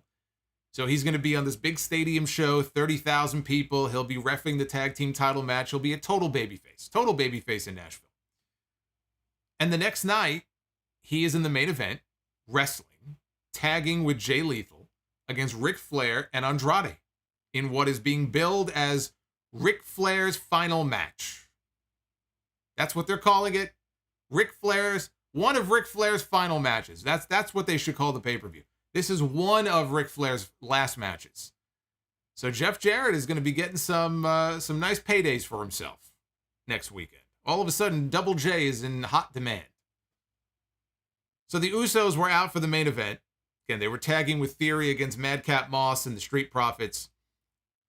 As they're getting ready for the main event, they cut to the back, and we see the debut of Maxxine Dupri. This is a woman who we have not seen on WWE television before on the main roster. But if you watch NXT, you recognized her right away because Maxxine Dupri is being portrayed by Sophia Cromwell. That was the name they gave her in NXT. She's been the woman running around with Von Wagner. She has ditched Von Wagner, and she has graduated to Friday Night SmackDown. Massey and Mansois were standing behind her. No Max Dupri. Again, her gimmick is that she is the sister of Max Dupri. There was no Max Dupri on this show. He was not there. She mentioned that her brother Max wasn't there. They originally had advertised this segment as Maximum Male Models showing off their 2022 beachwear collection. Well, apparently it's been pushed back because now they're advertising it for next week. So this was just a brief segment where they kind of had her introduce herself. The two of them just stood behind her. They didn't say anything. They were just standing there posing. And in the graphic for next week, they said Maxxine Dupri presents the 2022 beachwear collection. No mention of Max, no mention of LA Knight. And what I am hoping is that they have finally come to their senses and realized that LA Knight should not have anything to do with any of this. And my hope is that they are going to break him away from this and let him do his own thing. Bring back LA Knight. There's still time. They're not too deep into this gimmick yet. They're not too deep into it. They can still salvage LA Knight. They have a potential star. Use him as one. Don't waste him in this silly gimmick. Hoping they've come to their senses. Theory and the Usos argued before the match, but they got on the same page pretty quick. Had the advantage going into the final ad break. So, before I went live tonight, I checked. I wanted to, and I don't know what the latest update is, if anybody is keeping track of the baseball game, but I saw that the Red Sox were getting shellacked by the Blue Jays in Boston. Boston is also where Smackdown was tonight. And last I checked, I think it was the 6th inning, and the Blue Jays were up 27-3. It was something, I've never seen that before. So on commentary, there was an exchange here between Pat McAfee and Michael Cole. McAfee mentioned that the Blue Jays at that point, they were up 25-2. I guess he was checking on his phone maybe. Says the Blue Jays are up 25-2 over the Red Sox. Says, wanted to know from Michael Cole if he knew that you could score 25 runs in a game. And Michael Cole said, I'm a Mets fan. We don't score that much in 2 weeks. So today I learned that Michael Cole is a Mets fan. I will not tolerate Mets slander from Michael Cole, of all people. But I will say that was a pretty good burn. That was a pretty good burn, but I will not tolerate Mets slander from Michael Cole. And I am being given an update now that the final score, the game is over, and the final score is 28-5. So I take it the Red Sox. I figured the Red Sox were not going to make a comeback tonight. I could see now that did not happen. So coming out of the final break, Madcap got the tag. He ran wild on the heels. Jimmy Uso cut him off, went to go tag Theory, but he dropped to the floor and grabbed his briefcase to go leave. But he ran into a kick by Jey Uso, who rolled him into the ring, and then Jimmy gave him a super kick, and that sent Theory rolling out to the floor. We had a brawl on the floor with the other folks. Montez Ford hit a dive out onto everybody. So now everybody was down, and Theory was the one who was up. There was a cool spot in the ring where Theory powered Moss up and dropped him neck first across his knee. Madcap came back. He caught Theory with a running shoulder tackle. Theory, though, grabbed his briefcase, hit Moss with it for the disqualification. So that's the second cheap finish on this show. We had a count out earlier. Here we had a DQ. Theory pummeled Moss with the briefcase. All of a sudden, Brock Lesnar's music hits, and here comes the beast. Brock Lesnar walks out. I guess they smooth things over. And he got into the ring. He dropped Theory with an F5. And then he grabbed the briefcase. He whacked him with it a few times before delivering one final F5 on the briefcase to close out the show. And so the Summerslam main event has been saved. We do not have to sit through Oldberg. We've got Brock Lesnar, who, look, I guess anything's possible, right? Maybe he just came back tonight to do them a solid, and maybe he's not solid for SummerSlam. I'm sure there'll be more news that comes out in the next few days about where things stand with Brock. But if he came back to do this angle at the end of the show, I think it stands to reason that he'll be at SummerSlam next weekend. But since he was dealing directly with Vince McMahon, and obviously he was, if these reports are true, he was very upset by the news. He doesn't believe that Vince voluntarily retired. That's why he left. But Brock doesn't deal with anybody else. Brock was dealing directly with Vince. You know, he was Vince's boy. And so maybe he's back and he'll do the match that he's advertised for. But it makes me wonder what his future is in this company. Coming out of SummerSlam, assuming that he doesn't win the championship, which I don't think he will, does Brock Lesnar have a future in this company? How many matches is he contracted for? If he's only in for SummerSlam, that could very well end up being his last match. He may not want to stick around if Vince McMahon is gone. You know, this may potentially be the beginning of the end for Brock Lesnar in WWE. So that's going to be a story to follow. And I will say this, and I like Brock, okay? And I say this as a fan of Brock Lesnar. If Brock Lesnar's attitude is that if Vince McMahon is not here, then I don't want to be here, then I say adios. See ya. I mean, if that's the case. Because again, change is now coming to WWE. Hopefully, change is now coming. If Brock Lesnar is not happy about that, because of course Brock Lesnar has been coddled by Vince McMahon, and Brock Lesnar is used to getting everything he wants from Vince McMahon. If all of a sudden he's upset and he doesn't want to have anything to do with the company anymore, let him go. You know, sometimes that's just the tough decisions that you need to make. You got to cut bait and move on. So we'll pay attention to that story too, because that is going to be very interesting to follow to see what his future holds in that company. Let's take a look at the Twitter poll. Smackdown. 30% of you have given this show a thumbs up. 32% thumbs in the middle, and 37% of you have said thumbs down. That's one of the more even polls that I've seen. That's all in the 30% range. I would not call that great going into the second or third biggest pay-per-view of the year.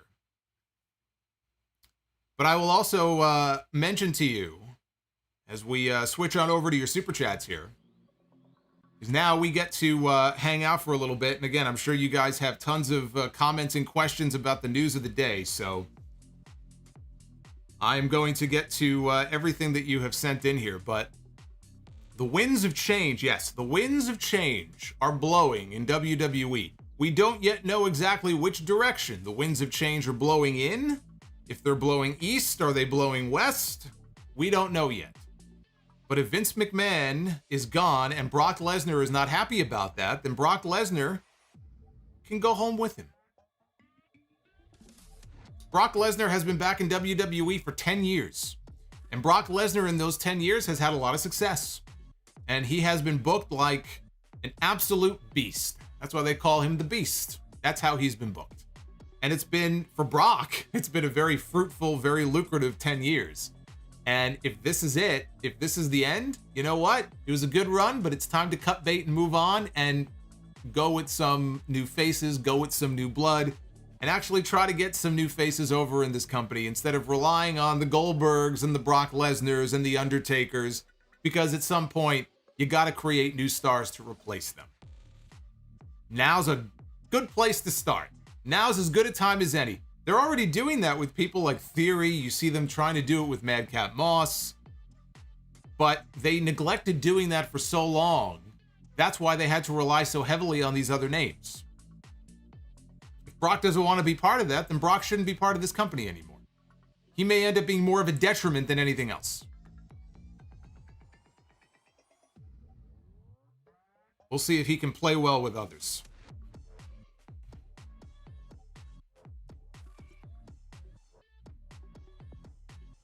All right, let's jump right into these here and start things out with Groovy Goose with the $1.99. Been feeling down lately. Just the news that I needed. Well, I hope you are feeling better tonight. Don't be depressed. I don't want no depressed people hanging around here. I want you to be happy. I want you to have fun when you're here on these streams, and I know you always do. Jamie Dorsch with the $10 super chat. Is Vince McMahon really going to be gone? Or will he be still pulling the strings behind the scenes? Something big must have been found for him to walk away all of a sudden. I am sure that there is more bad shit that's going to come out. I don't know how bad, but this was not a decision that he made because he wanted to. This was a decision that he made because he felt he had to. And for Vince McMahon to step away, I can't even imagine what he is going to do to occupy his time. He's not going to start another wrestling company. He's not going to, I mean, people are talking about all these ridiculous scenarios that are just never going to happen. What's he going to do with himself? I don't even know that he has thought that far in advance about what he's going to do. I don't know that he ever envisioned a life without this. I think maybe he thought he would go until he dropped. So for him, I don't even know if he knows what the future holds. Winter's Paw with the $10 here. He dropped 2 super chats here. Thank you, Winter's Paw. Stephanie with the comeback of the century. From kicked out and buried to queen of the castle. Bigger comeback than 28-3. And my only hope is that Triple H does not turn WWE into a super indie like he did NXT Black and Gold. I hate that style and the main reason why I do not like AEW. Well, Triple H is not running anything right now, at least not yet, so you don't have to worry about that. Brian Becerra still can't believe the news about Vince McMahon stepping down. Brian, thank you for the $5. Anderson Blitz, the biggest wrestling news of 2022. The biggest wrestling news of the decade, not just 2022. Tuxedo T. Servo with the $20 super chat. This Vince retirement feels like the board found something really big and told him to leave, or they would air all the nasty stuff. You don't go from the F everyone TV spots to retiring without something big changing. Yeah, I mean, think about the TV segments. Think about him walking out on Raw. Think about him walking out on Smackdown, right? What did I say? I said that was a big fuck you to everybody who thought that Vince McMahon, this was going to be the beginning of the end. Think about what Meltzer wrote in today's Daily Update, that at Money in the Bank, talent was told that under no circumstances is Vince going to be leaving from his position as the head of creative.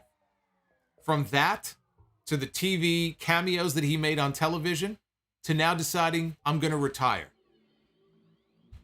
Something big is going on. Lewis with the $15 super chat. Do you think Vince would have the balls to buy MLW or Impact to go head-to-head with WWE as revenge? No. Marcus Naredo with the $20. Hey, Solomonster, been listening since 2011. First time donating. Felt appropriate to do so after today. Well, thank you, Marcus. I appreciate that very much. Well, you've been lurking, huh? Lurking for a while? We have a lot of lurkers around here. Doar with the $10. First WWE TV with retired Vince in Boston. Ring of Honor in Lowell, AEW in Worcester. Busy week for pro wrestling in Massachusetts. Looking forward to being in the building for Ring of Honor and AEW. Yes, I am going to be live tomorrow night, by the way. We're going to be back here in 24 hours talking about the Ring of Honor pay-per-view. So I will be covering Death Before Dishonor. Dion Harrison, thank you for the $9.99. Shaquille Oatmeal, Vince stepping away, does Sasha stay? I don't know. If Sasha Banks might have a change of heart, I think Sasha Banks is as good as gone. I think she leaves. But I don't know, Vince stepping away, does that change the dynamic for her and Naomi in any way? It could be maybe that if they don't want to lose them, they go back to them and say, hey, look, Vince is gone. Things are going to be different. Come on back. They can make their pitch. I think Sasha is gone. Naomi, I'm a little less sure of. I don't know how the Vince McMahon news might change that. Andrew Jorlog with the 1992 Super Chat. The most consequential day in wrestling since WCW went out of business. Sad that it happened like this, but it was way past time. Vince changed the business, but he had to go. Sean Waters with the $5 was not going to miss Solomonster's recap tonight. You made the right call. You made the right call. You knew exactly where to go. West Coast James. Deadpool, what's going on? $10 super chat. I'm shocked what has happened in the wrestling world these past couple of years, but today takes the cake. Corey Blake with the 10 spot. With the departure of Vince, how much longer does Brother Love and Beaverface last in WWE before they get the boot? Bruce is not going to go anywhere in the near term. I just feel like he's in a position where they can't afford to just get rid of him unless they have somebody already prepared to take over.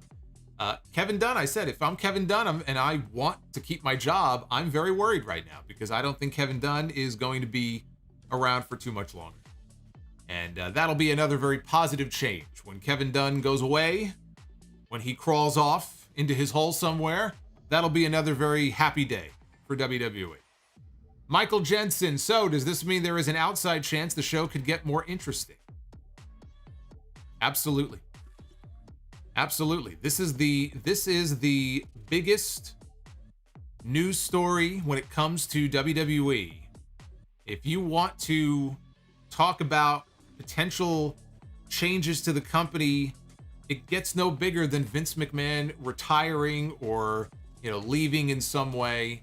He is the company, he is WWE. What does that look like without him at the helm? We're about to find out. Does that mean things can get better? Yes. Things could also get worse. But I'm trying to be optimistic here. You got to stay positive, right? This is what a lot of us have been waiting for. So you got to stay positive. Rizzo with the 1999. I almost slipped out of my chair here. 1999. I am stunned by the news today as somebody who works in PR. Do you think the Wall Street Journal was about to drop a major bombshell and the board forced him out? Vince seems so arrogant that I'm stunned he willfully retired. Again, yes. Vince McMahon is not going to just willfully go away into the night unless he feels like he has to.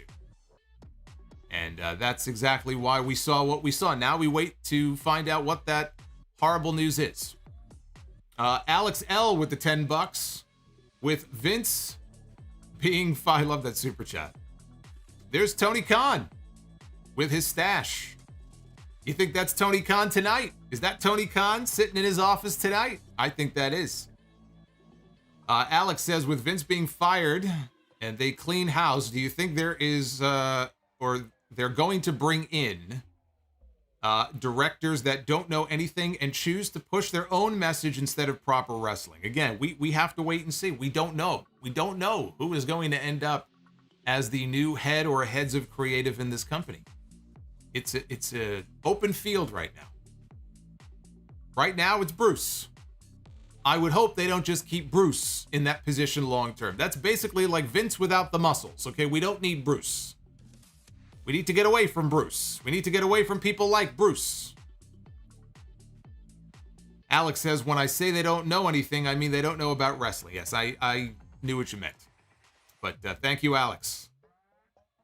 Hisham with the $50 super chat drop. By the way, I forgot to mention, hit that like button. Get those likes up. Where are we? Give me a likes update in the chat so I know where we're headed. But Hysham says, I canceled my Friday night plans to hear the one rant from you that I have been waiting to hear for many, many years. A small gesture of thanks for your continued commitment and contributions to the wacky world of pro wrestling that we all love. And brother, I appreciate that a lot. $50. Very cool. Means a lot. And I'm glad that you chose me for your coverage here tonight. Where are we? 634? Let's get that up to 700. 669, 689. It's going up. Oh boy, it's going up. Up. Let's go 750. I want 750 in that chat. This is for Vince McMahon stepping away. 750. And if we hit 750, we go for 800. Shaquille Oatmeal. Does it make it a more desirable place for upcoming free agents like MJF? You are the GOAT. Yeah, I mean, again, this is going to have ripple effects in a lot of ways that we haven't even thought about yet. How is this going to affect potential free agents and people who might want to come to WWE, but they've heard horror stories, maybe from people that they currently work with, about how Vince McMahon could be?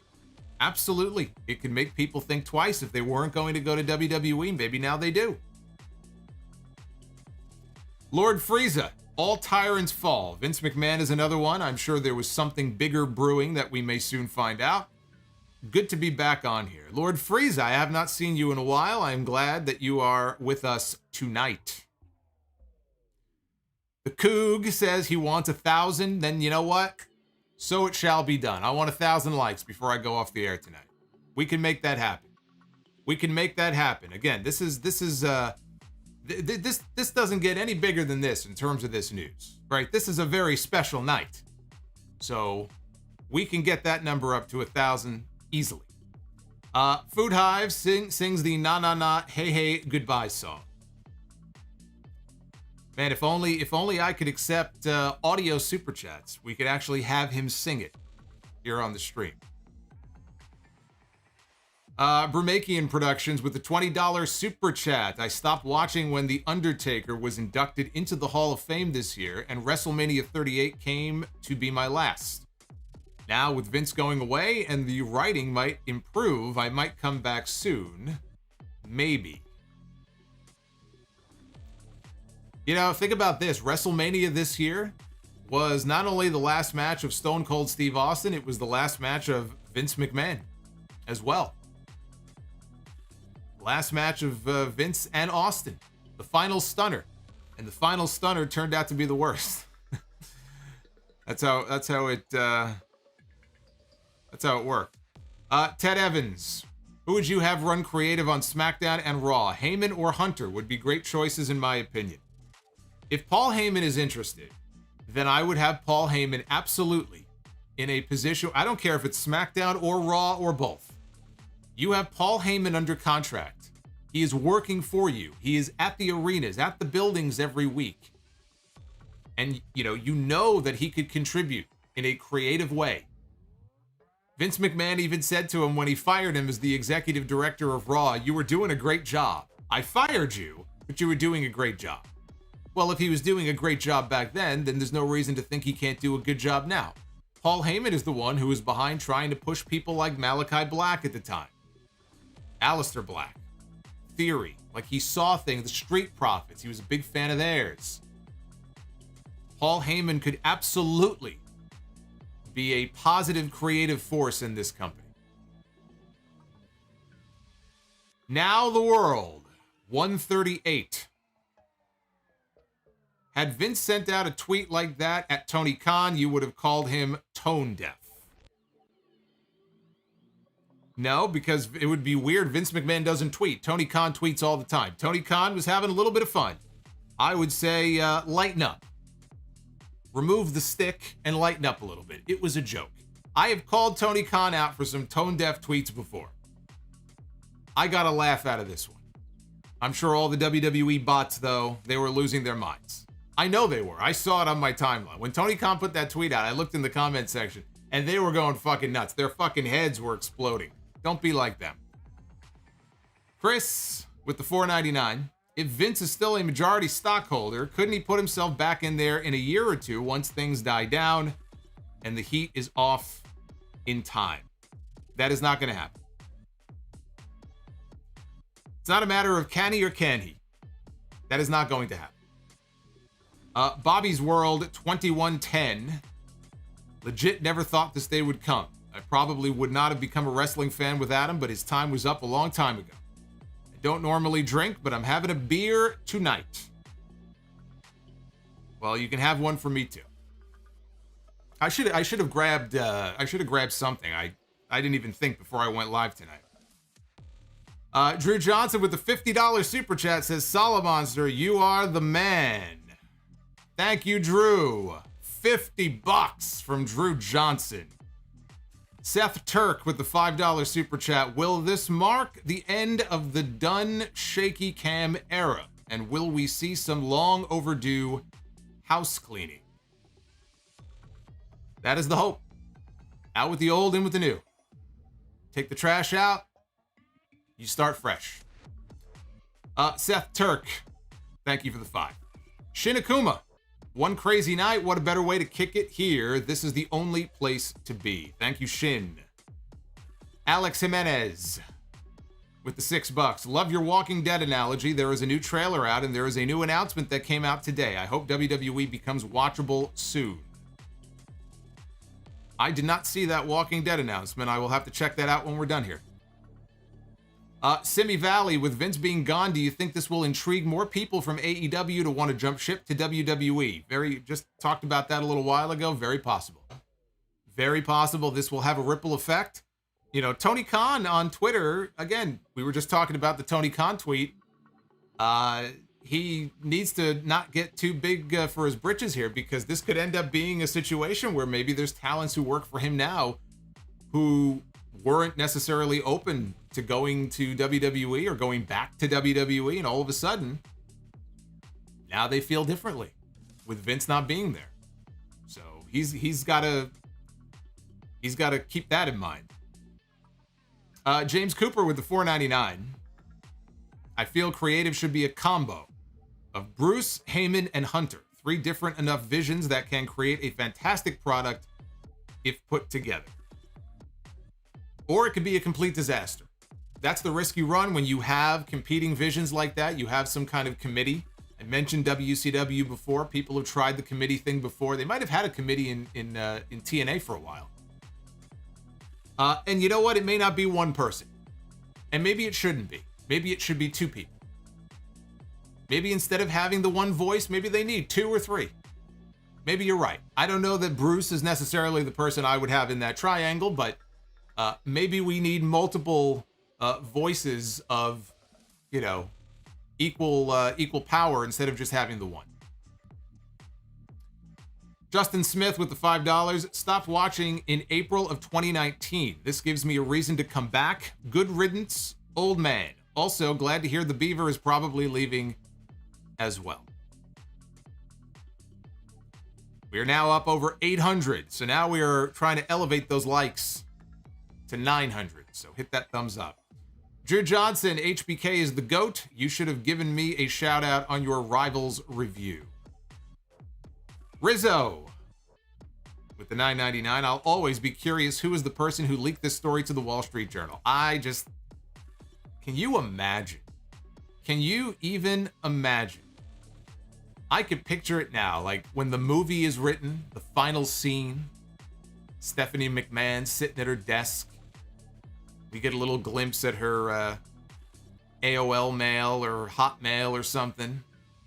And we see the sent email that went out to the board at the end of March.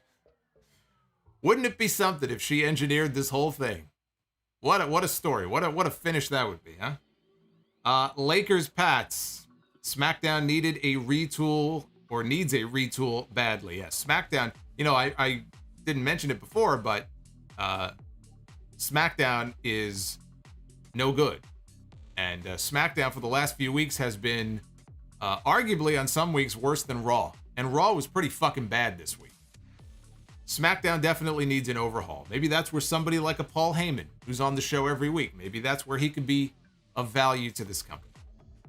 SmackDown definitely needs to be blown up. NXT did not need to be blown up. SmackDown could use a little bit of dynamite, and I don't mean AEW dynamite. Just blow it up and start over. What has happened to SmackDown? SmackDown used to be the A show for a while. Meaty Sentai VA with the $5 super chat. This is the most convoluted way to get to the most obvious ending. Triple H and Stephanie running things. What a Vince move. Spicy Dried Chicken wrestling news this summer has been hot and spicy. Yes, it has been. Darth Panic. Will the WWE stock fall due to Vince's departure? Does this mean the sale of the company is coming? As I mentioned earlier, I still believe this company is ultimately being primed for a sale. I do believe that. I don't know exactly when that will be, but I do believe that that is what is coming. I do believe that is what is coming. Hang on a second, guys. I got to adjust this mic. Hang on for 1 second.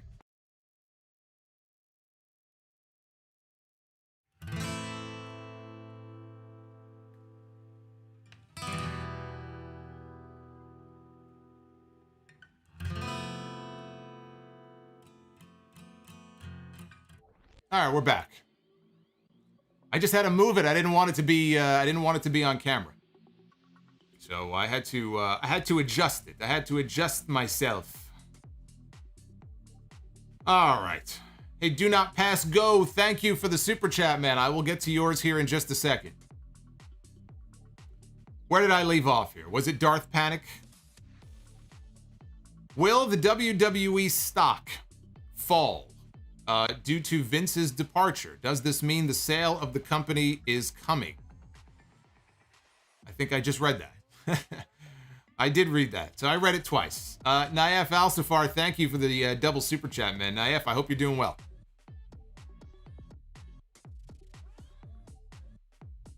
Sigmund87, got a feeling this is going to be Godfather 1 with Vince's veto and Nick Khan as Michael, hopefully with a different result. Just a bad feeling.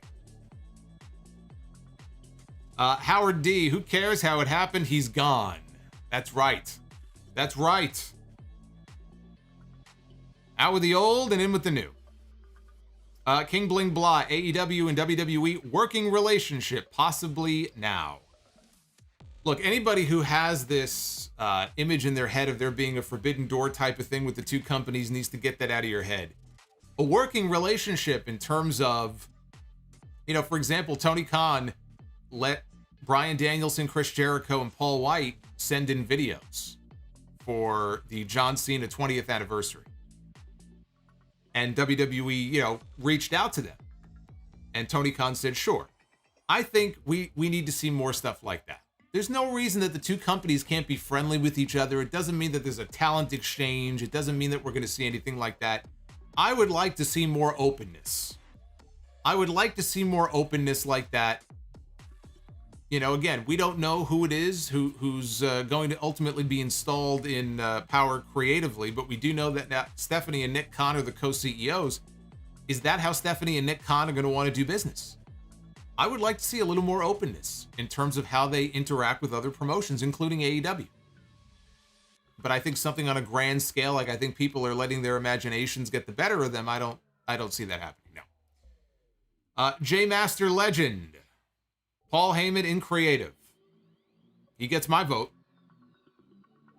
Spicy Dried Chicken. Vince McMahon loyalists in the company are fucked. Uh-oh. It's Vince Russo. Dropping $1.99. Paul Heyman finally got his revenge for WWECW. Who would have ever thought that Paul Heyman would outlast Vince McMahon in WWE? Dev to Dust, $5 super chat. As Beavis rocks out on my screen. Hey, Roger Penland, he's been a channel member for 8 months, and he's a legend too, which means he has access to a lot of cool features. There's watch-alongs in the archives. If you're new here, you can hit the join button down below and get all the information. Consider becoming a channel member. We're going to be doing another watch-along coming up next month. Dev to Dust, though, says, this is a Coney Island Stillwell Avenue Q local train. The next stop is Atlantic Avenue Barclays Center. been a while since I've heard that. I have not been on the queue in 3 years. Spicy dried chicken. Vince McMahon should blank during his retirement. Well, I was gonna say something, but that's how he got himself in trouble in the first place. Hunty. Don't watch wrestling on TV much nowadays, but I always tune into the streams and love hearing you break down every show. Thank you for the great content. Hunty, thank you very much. I appreciate you, and I appreciate comments like that. Marcus Taylor, smells like a work to me. Brother, I think you worked yourself into a shoot. King Bling Blah, when does Vince go into the Hall of Fame? WrestleMania 39, 40, or later? You know, he will eventually be inducted into the Hall of Fame, as he should be. I don't think that is something that they are going to want to do anytime, like in the next year or two, just given the fact that this whole investigation thing is so fresh. And we still don't know exactly what other horribleness might come out of it. So no, Vince McMahon going into the Hall of Fame next year? No. Could it be WrestleMania 40? Sure. I don't know if Vince McMahon will want to go into the Hall of Fame while he's still alive. He didn't even want people to mention his name in their induction speeches. He might not want to go in. He might have it in his will. I am not to go into the Hall of... Or he might have it in some kind of written document that says, I am not to be inducted into the Hall of Fame as long as there is breath in my body. I don't think he would want to be, frankly. Andre Williams with the $10 super chat. I'm Andre. I know it is off subject, but who is the better odd couple, Rock and Mankind or Booker T and Goldust? You can't beat Rock and Mankind. Dada and Boy Podcast, but thank you for the question, Andre. No worries if you have a question to ask and it's not on the topic that we are talking about. That is a fine wrestling question. No, nothing wrong with that. Dada and Boy Podcast. As a fan, I am glad WWE needed this. I just hope his health doesn't deteriorate after this. You always hear it happens after you lose your love. Well, he's also 77 years old, so at some point the body begins to break down. You know, it's part of the cycle of life. Do not, with the $3 super chat, or $3.84. With Stephanie's position in the company now, does she have the ability to let Nick Khan go? Or does Nick and herself share equal power?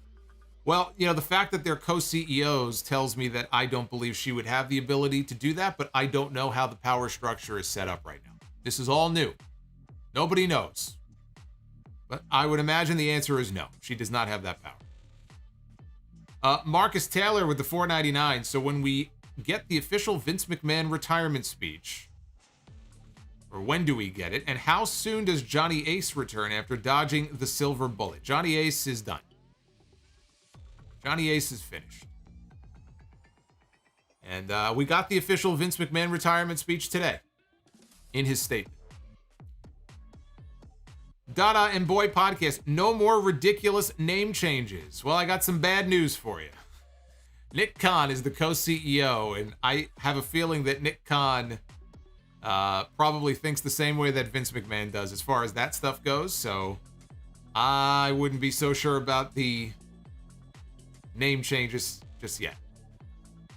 Although Vince seems to have some kind of a fetish for people with one name, or only cutting off the first name and only using the last name. Maybe we'll finally see an end to that. New Jersey Mastermind. I'm happy that we might be getting a new regime, and you are the GOAT. Been listening to you since 2017. Keep doing what you do, brother.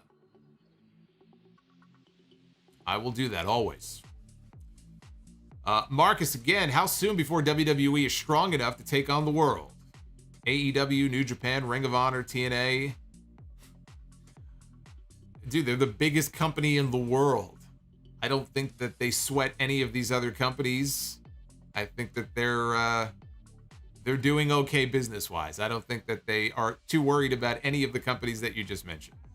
Marquand, 1976. Lacey Evans punching Aaliyah equals Nia Jax tabling Lana.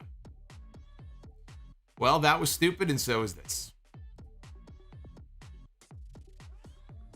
$4.99 super chat coming in from Arik the Red. The Red Sox could have made a comeback. They only needed 3 touchdowns to tie. Damn it, you're right. That's it. That's all they needed. 3 touchdowns, and they could have made that big comeback tonight. I don't know how that happens. 28-3, right? Was that the final score? 28-5. 28-5? Is that I mean, has there ever been a team in the history of Major League Baseball who has won by that many or lost by that many runs? I don't know. Off the top of my head, I don't think there has been. That's insane. I mean, how does that happen? Bones Jones. Will Vince McMahon now accept his Hall of Fame induction? I don't believe he will. I don't think he'll accept it until he's dead. Bob the Builder. Andrew Zarian has heard Kevin Dunn is behind the TV 14 rating because he's apparently tired of bleeping some of the words that AEW uses on TV without flack from sponsors. I am hoping the next news update that I get on Kevin Dunn is that Kevin Dunn is gone from WWE. I would be perfectly content if I never heard his name mentioned again. Epsilon Sama, Vince McMahon is gone. Long live Stephanie McMahon. As Shane weeps somewhere in, is it New York? I think he's living in New York these days. Boy, you know, Shane really missed out. Shane really missed out, man. He got sent home. He got fired at the beginning of the year. If he would have just held out, maybe Shane would be in a position like Triple H and Stephanie. Maybe he would have ended up with some spiffy executive title in this company. He just had to hold out a few more months, and he missed out on the whole damn thing. Mr. McMahon, do you think the Mets get either Ohtani or Soto? I'm hoping they get Soto. Hyru, on a night where my Red Sox got embarrassed, I'm looking forward to the future of WWE. Here's hoping Pete Dunne and LA Knight make their returns. Yeah, we've got to get rid of this Butch garbage. Vince Russo, glad Lesnar did not take his elk carcass and split. Ken, the Man of Steel. You know Vince is probably going to run for president. You want to make a bet? Now the world. As a Dodgers fan, the Mets blow. I'm going to take the high road. Although I must say that the level of class that you have displayed in that super chat is pretty much on brand, I think, for the Dodgers. So I'll leave it at that. Spicy Dried Chicken, the only wins that are blowing out are old farts. I like the way you think. Zizou, why was Goldberg the first person they thought of as a replacement? Why not AJ Styles, Seth Rollins, or Bobby Lashley? Well, because Bobby Lashley and Seth Rollins already have matches. AJ Styles, in their view, is not a big enough name. It's all about big, marketable names. Main event of SummerSlam, AJ's not a big enough name. We got to go with Goldberg. EJ Slemp, is Hayes also on his way out, or is he safe? Oh, Michael Hayes. You know, I hadn't thought about him. Michael Hayes, also part of that inner circle, one of Vince McMahon's close confidants. I don't know what kind of relationship he has with Triple H or Stephanie. So I don't know what the future holds for Michael Hayes, but again, a Vince McMahon guy. And I just think with Vince being gone and there's going to be a new regime and you want to get some new faces and voices and influences in there, I think that Michael Hayes is part of that old regime. I think you got to clean house. King Bling Blood, does WWE talent regain the ability to go on Twitch? No. Nitty Gritty, thank you for the sub. Welcome to the channel. You get the thumbs up from Sasha. We still don't know where or when Sasha Banks is going to be seen again, but we know she'll be at C2E2 in a few weeks. Clay Edwards, longtime listener, old-time PayPal donator, first-time super chatter. Hello from Jackson, Mississippi. I think of Bruno Mars now. Every time I hear of Jackson, Mississippi, I think of him and I think of that song. What do we need? We only need about 120 more likes to get to 1,000. Guys, we're close. We're close. We're creeping up, man. We're creeping up. I can't do it without you.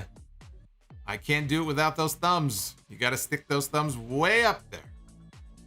We're very close. Draven Lore, do you think Vince will return to power if or when this passes and nothing worse comes out?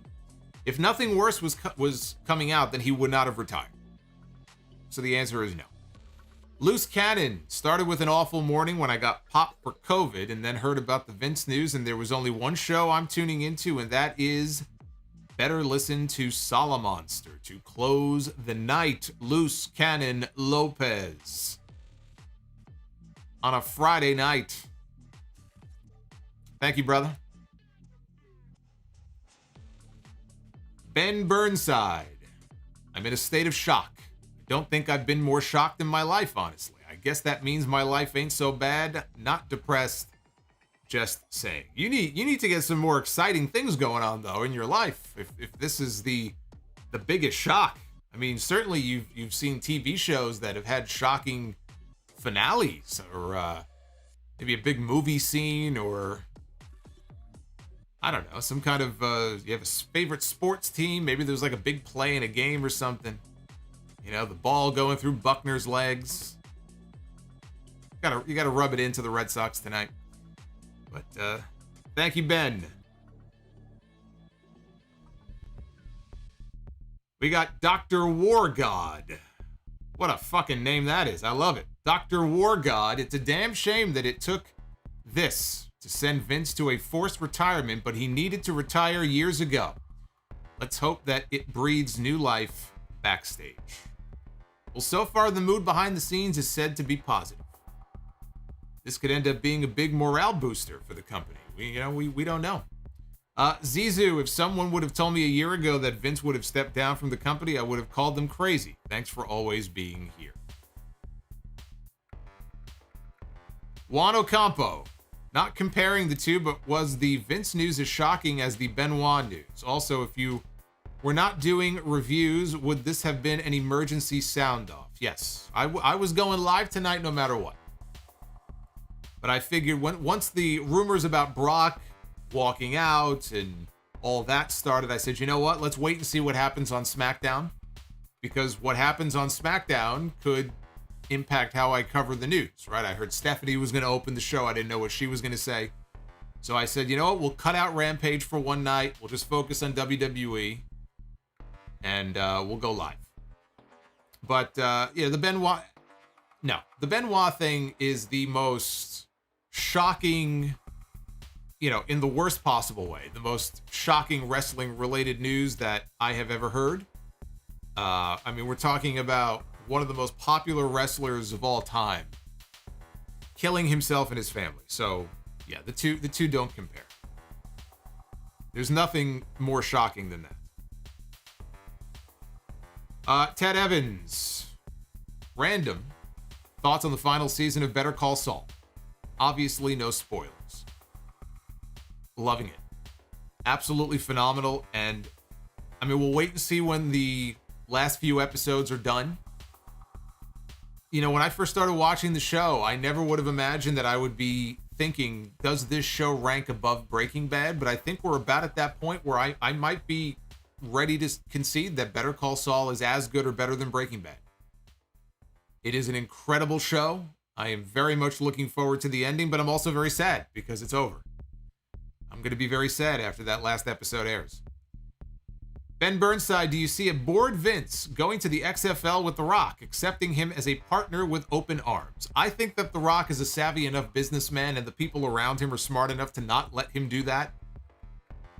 Let's not forget why this is all happening. Vince McMahon is under investigation for some pretty salacious shit. So if I'm The Rock and I'm the XFL and I'm The Rock's publicity people or his agent, I don't want The Rock doing anything with Vince McMahon right now. Do not pass go. Today was a wonderful day for anyone named Khan.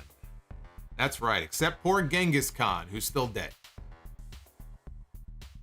Tactical Butt Cheek, 93. Hi, Solomonster. My brother loves you. Can you say hi, Draven? And call him a bitch for me? Solomonster is the GOAT. Shout out to LC Cherry for the sub. Well, I am of course a man of the people, and the least I could do for a donator here to the stream, I am more than happy to say hello, Draven. What's going on, Draven? I hope, Draven, you're having a good night. And by the way, you're a bitch. There you go. Boy, I got to get on Cameo with these types of requests. Groovy Goose with the $4.99. Instead of a 10 bell salute, when Kevin Dunn leaves, there will be 10 random erratic camera cuts. Thanks, Solomonster. I am feeling better now. I like that idea. I like that idea. We'll have 10 completely random seizure-inducing camera cuts when Kevin Dunn finally leaves the company.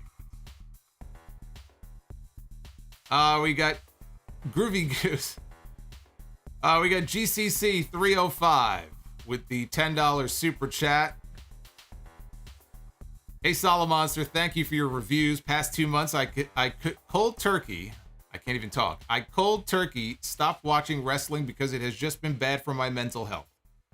Your reviews still keeps my passion for this up. I have heard from so many people who have stopped watching wrestling. Maybe they don't like AEW, but they can't stand WWE anymore.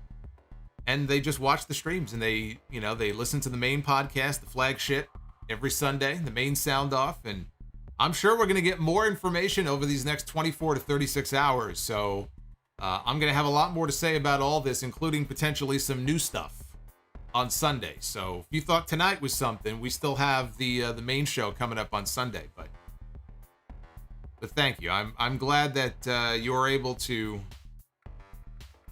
glean something from these streams. Scott Woodford, hit the like button. Love this stream. Thank you, Scott. All my people. I like all my peeps in the chat looking out for me. Trying to get the likes up. Where are we at on that? Evan Meyer with the $10 super chat. For all the changes I am hoping will take place, the return of quality entrance music is near the top of my list. So much of these new themes are vanilla. Appreciate your consistent and quality analysis. Yeah, I mean, again, now we're getting into stuff where I don't know how much of a change there'll be as far as that goes. I would like to think, though, that the company is going to be receptive to feedback from fans. And so if there's a way for us to, voice our, I would say, displeasure, that's what Twitter is for.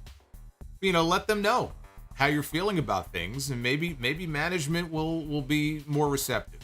I'm not too hopeful about kind of minor things like that changing. I'm looking at the bigger picture. I'm not worried right now about entrance music. I'm not worried right now about things like that. I really just want, and this is going to take time. It's not going to happen overnight, like I said, but just the overall feel of the show and the stories. Give me stories and that are interesting and fresh matches that I haven't seen 5,000 times. These are basic changes that they could start making now, like in the next few weeks. Start there.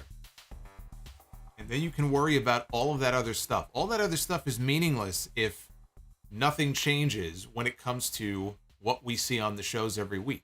That has to be priority number one. The way they book talent, what they do with them when they call them up, giving us fresh programs, giving us fresh matches, maybe loosening the handcuffs a little bit when it comes to some of the promos. I mean, there's so many different potentially positive changes that could come out of this. I'm looking at the bigger picture. That's really what I'm hoping. GCC says, I cannot wait for Halloween Ends. Yes, if you missed my short, I have a couple of YouTube shorts that I put up. I did a YouTube short with my quick thoughts on the new Halloween Ends trailer. So you can check that out here on the channel. On the main page, if you don't know where they are, there's a whole section. There's only 2 of them in there, but on the very bottom of the main page, it'll say shorts, and you'll see them there. And I need you guys to also like those and share those, and let's get some more eyeballs on those as well. Joshua Bonfield. A moment of silence for Vince's career. Shocked at the news. Also, Alexa's career being former 24/7 champion. Yeah, I'll be talking about that and the whole 24/7 bullshit on the podcast on Sunday. Hakeem Mayfield with the $10 super chat. Do you plan on creating an alternate attire for your My Rise character? Maybe a pay-per-view attire? Yeah, if I can figure out how to do that, then I am open to doing it. I'm a little troubled, though, because I didn't realize this. I had two people point out to me in the last 24 hours when they watched my new My Rise episode, the latest Sound Off Gamer, which went up a few days ago. I open with a match with John Cena, and I retain my WWE Championship. And then I wrestle MVP. And then I wrestle a whole bunch of other matches. But from the MVP match on, I don't have my title. My title is gone. I think they may have stripped me of the championship. I don't know where it went. They don't acknowledge me as I went back and rewatched the video. They don't announce me as the champion. I no longer come out with the title. I don't celebrate with the title when the match is over. What is this shit? So I've got to figure out what that's all about. There's some paper champion walking around here. I will not tolerate this. Rizzo, if I remember correctly, I think the Rangers beat Baltimore a few years ago, like 31-3. All right, well, I mean, again, I couldn't remember there being a baseball game that I've ever heard of where they ran up the score by that much. LC Cherry, do you think Vince leaving will affect the WWE in terms of marketing and advertising? Love the show, keep it up. Yeah, I would think so. I would think that marketing and advertising is something that I'm sure Vince McMahon was very in tune with. And if you have new people in power, again, they have ideas for what they think, should be done in terms of marketing and advertising and event posters, and all kinds of things. So whenever you have a major change at the top like that, it will trickle down and it could affect a number of different departments in that company. So we just have to take a wait and see approach. This is all very new. This all just happened in the last 24 hours, not even 24 hours. So changes like that are not going to show up for months. Could it have an effect though? Yes, absolutely. Marquand, what will Kevin Dunn do now? I don't really give a shit what Kevin Dunn does. Right now, Kevin Dunn is still in WWE. But hopefully he will also, venture off into the country somewhere and, if I never hear Kevin Dunn's name mentioned again, I will die a happy man. Ben Burnside, it's weird how I was super vocal for years to have Vince leave, but now when it happens, I have empathy for the guy, even though I agree with the decision. Quintus Brown, do you think that Johnny Gargano will sign back with WWE since Triple H got some power back? I think Johnny Gargano was going to re-sign with WWE even before all of this. I do believe that Gargano, when he's ready to come back, is probably going to end up back in WWE. Food Hive, my Texas Rangers destroyed the Orioles 30-3 in 2007. So there you go. The Texas Rangers may hold that all-time record. Now the world. How long before Rock runs WWE with Nick Khan? You know what? I could see that. I could see The Rock eventually owning WWE. He already owns everything else, right? XFL, he's got his own tequila, he's doing this, he's doing that. It's not that much of a stretch to think that The Rock would either own it outright or would go in on it, if they ever do sell. Maybe Rock is one of the investors in the company. He owns a piece of it. Absolutely. Absolutely, I could see that. The business is in his blood. He's always going to want to be connected to it in some way. Food Hive, please go look at the Walking Dead news. I have hope. I will do that as soon as we're done here. There's Cody on the screen. Cody Rhodes. Boy, poor Cody Rhodes. All he ever wanted to do was make Vince McMahon happy and show Vince McMahon that he could be a star and he could be a main eventer and he could be a champion for him. He comes back and he's, booked like a champ and he's getting these great reactions and he has that legendary performance in the Hell in a Cell match where he worked hurt because he didn't want to sacrificed the main event that night, right? He's trying to make a good impression on the boss. And now Vince is gone. Cody is going to come back, and he's going to have to start all over again. He's going to have to try to impress a whole bunch of new people.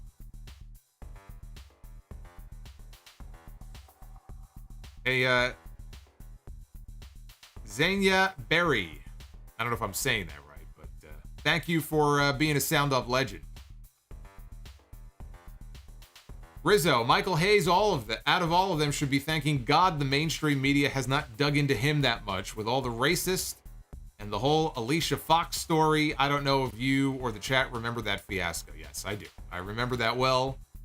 And as many people in that company do, Michael Hayes has a lot of skeletons in that closet, and it is not a secret. It is an open secret. But as far as anybody knows, there's no hush money or NDAs when it comes to Michael Hayes. But then again, we don't know that to necessarily not be the case. Ben Burnside, people are real quick to give Nick Khan a lot of credit when frankly, I don't trust him. The guy seems so smart. That is frightening. Oliver Fernandez, thank you for the super chat. Raul Smith, thank you as well. Paul Heyman. I guess it's safe to say that going forward, any wrestlers wanting to go to AEW or WWE have to weigh the pros and the cons. Boy, I don't even know what to say to that. You have outdone yourself this time.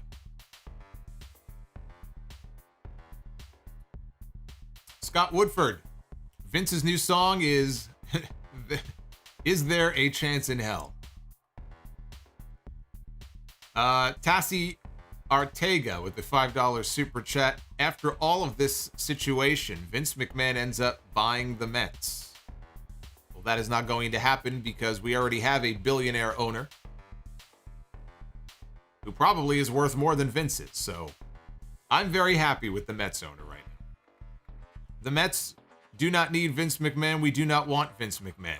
If Vince McMahon bought the Mets, all of our players would immediately lose their first names. We don't need that. Imagine all the changes that Vince McMahon would make to this team. And then if he brought Kevin Dunn with him, can you imagine that? You would never see a play. You would never see a play. You'd see a shot of this, you'd see a shot of that, the ground, the fucking sky.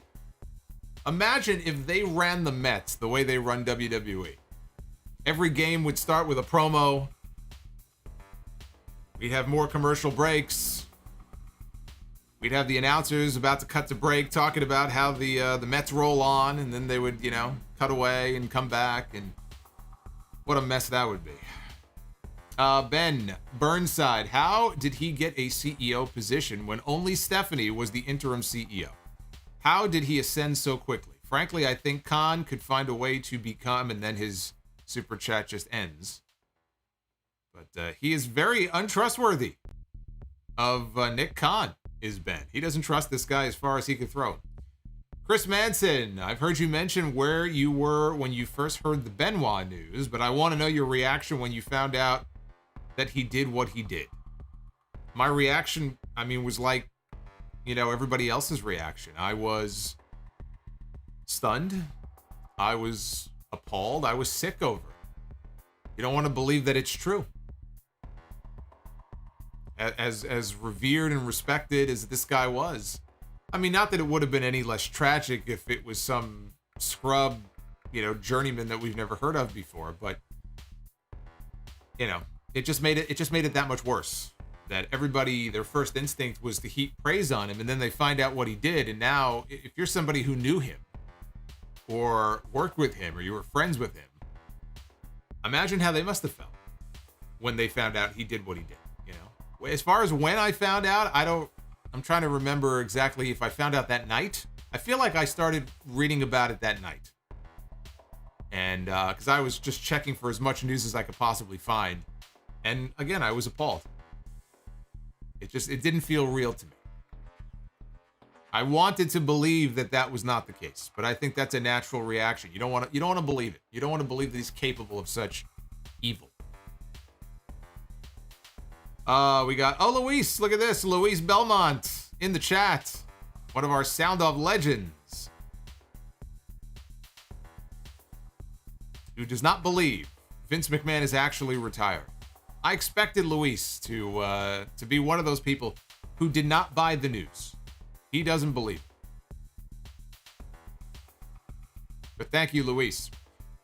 Skywalker. Once the lawsuits are settled, is Vince McMahon going to start doing shoot interviews with Sean Oliver? Oh, hell, he'll have his own podcast with Conrad. Conrad's already working on that shit. He's trying to get Vince in. They're going to come up with a title for it. Can you imagine a 2-hour weekly podcast with Vince McMahon? WWE. I still watch my daughter, the WWE Universe. We put smiles on faces. Imagine that for 2 hours. Ben. I guess this was his continuation of his previous super chat. More powerful than Stephanie and Hunter because Nick Khan seems that smart. I don't know. Maybe I've seen too many movies and Game of Thrones. Nick Khan is a very shrewd guy. He's a very shrewd businessman. I said earlier, his ascent is something that you could write a book about. I mean, this guy, it's like, where did he come from, right? In a relatively short period of time. Look at where he came from and where he is now. It's pretty incredible. Quintus Brown, since Raw is at Madison Square Garden on Monday, do you think that Vince would come out and give us a public goodbye? It would pop a big rating.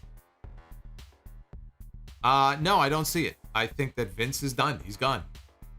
Eventually, when the investigation is over and time goes by, would they trot him out there for one appearance or something? Yeah, I'm not saying we'll never ever see him again.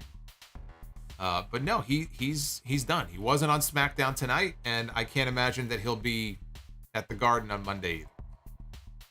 Yeah, you can't say that he's gone and he's not going to be around, and then all of a sudden, you know, you get to the building, the talent, and they look up and they see Vince McMahon. It's like, gone is gone. You know, right now, they're in healing mode right now. And he can't be around. He should not be around. There is still an investigation going on. It was fucking weird when he came out on television before, and it would be fucking weird if he came out on television on Monday. So he needs to stay away. Mikey Clayman, who will have a more accomplished career, Theory or MJF? I think they're both going to have Hall of Fame careers by the time it's all said and done. But I think in terms of the more accomplished career, I'm going to say MJF. Kumar Jenkins, will they introduce a singular world title soon? No, I think they will end up splitting the titles, and we'll end up with a Raw title again and a SmackDown title. Before Survivor Series, they have to do it, right? If they do champion against champion every year, they kind of have to split them before then. Otherwise, we'll end up with Roman Reigns against Roman Reigns at Survivor Series. Mr. Notorious, Chico, keep up the good work. What released talent in the last few years do you think will make a return? I could see Bray Wyatt coming back. I think very good chance we'll see him back. Quintus, Vince's pod with Conrad Thompson, coming soon. Yes. Great minds think alike.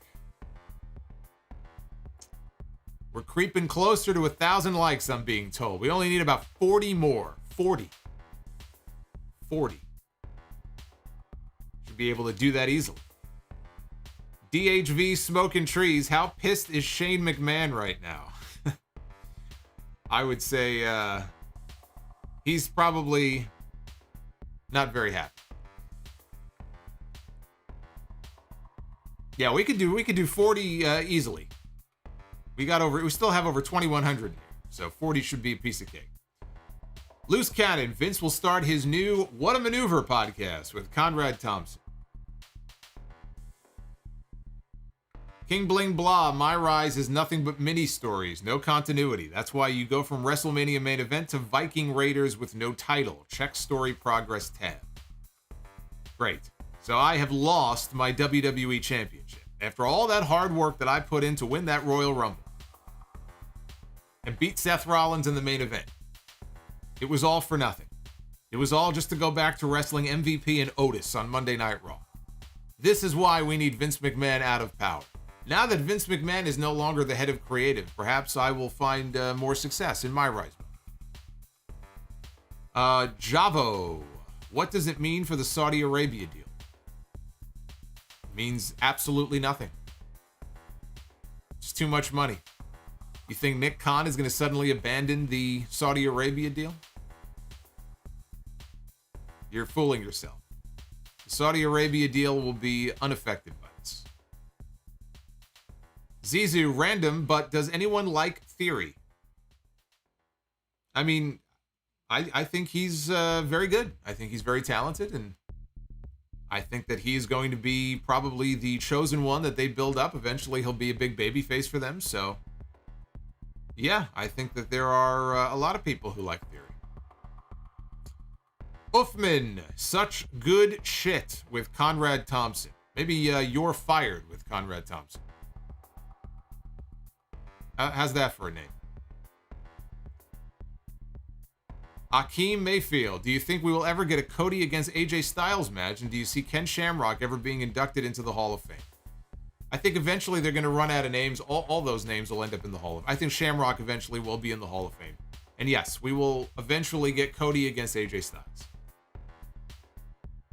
And finally, Plus Ultra Adrian with a $9.99. I am still shocked that Vince retired. It's crazy that this day has finally come. This is something that should have been done years ago. And amen to that is what I have to say. Whew.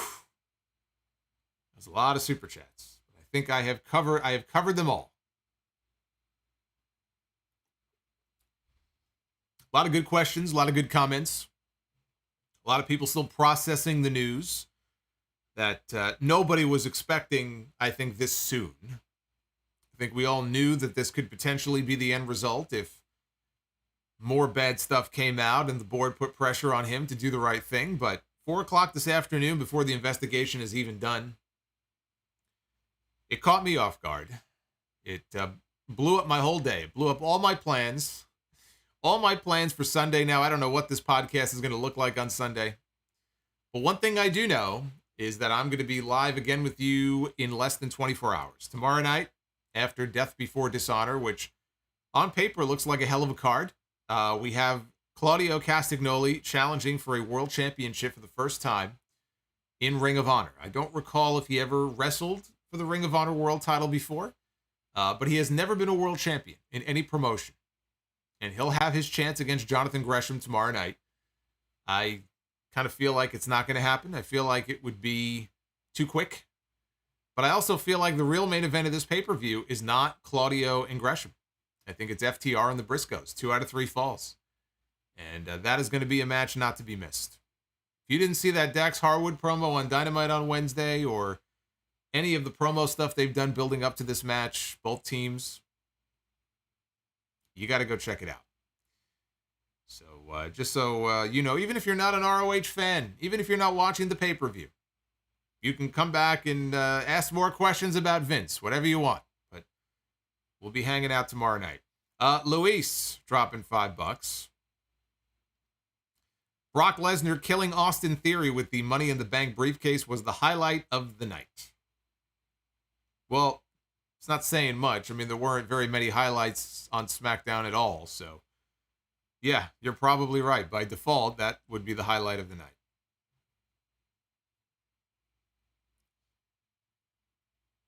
All right, let's be the booker. Ladies and gentlemen, it is now time to be the booker. Bobby's World coming in hot with another super chat. The great emperors typically got taken out from the inside. I too believe that this was an inside job.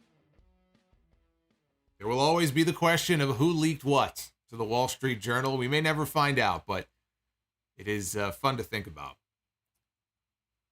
And we got JM.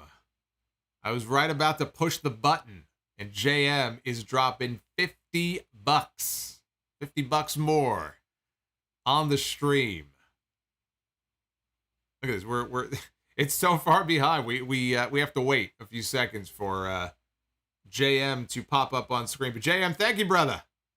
We are now 7 likes away from 1,000, guys. 7. Let's do this. Let's do the men's. Be the booker. Before we do the men's, yeah, we'll do the men's. Why don't we start with them? We always start with the men. There it is. JM, thank you for the 50. You see that deep gasp?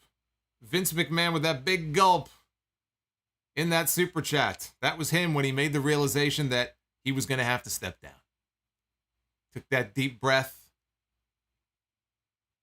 He knew that he had to take the bullet.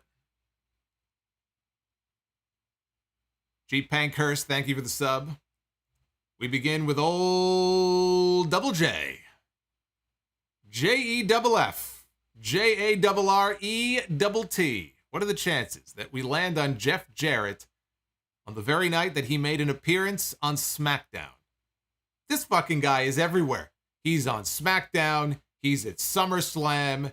He's wrestling Ric Flair next weekend. Now he's popping up on my Be the Booker. What the fuck is going on with this guy? Jeff Jarrett going to be going one-on-one. Oh, please land on Ric Flair. Please land on Ric Flair. We got Jeff Jarrett going one-on-one with Eric Bischoff.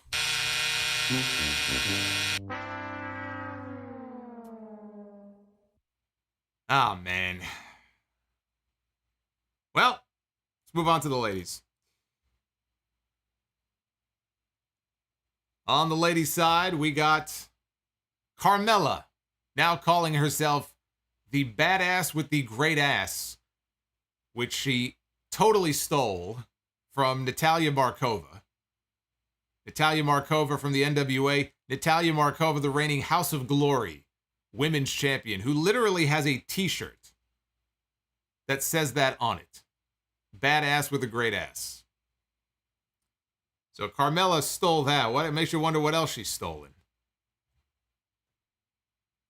Got Carmella going one-on-one with Wendy Richter.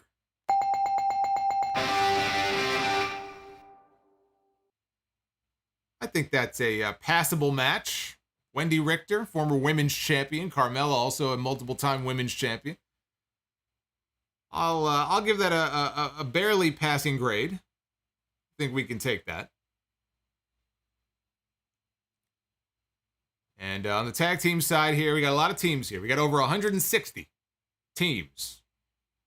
We take this for a spin, and we land on Crime Time. The late Shad Gaspard and JTG, who looks a hell of a lot more jacked today than he does here in this photo. Warrior Award recipient. I cannot think of a more deserving recipient of the Warrior Award this year than Shad Gaspard. And it will be Crime Time stepping into the ring with the Mexicools.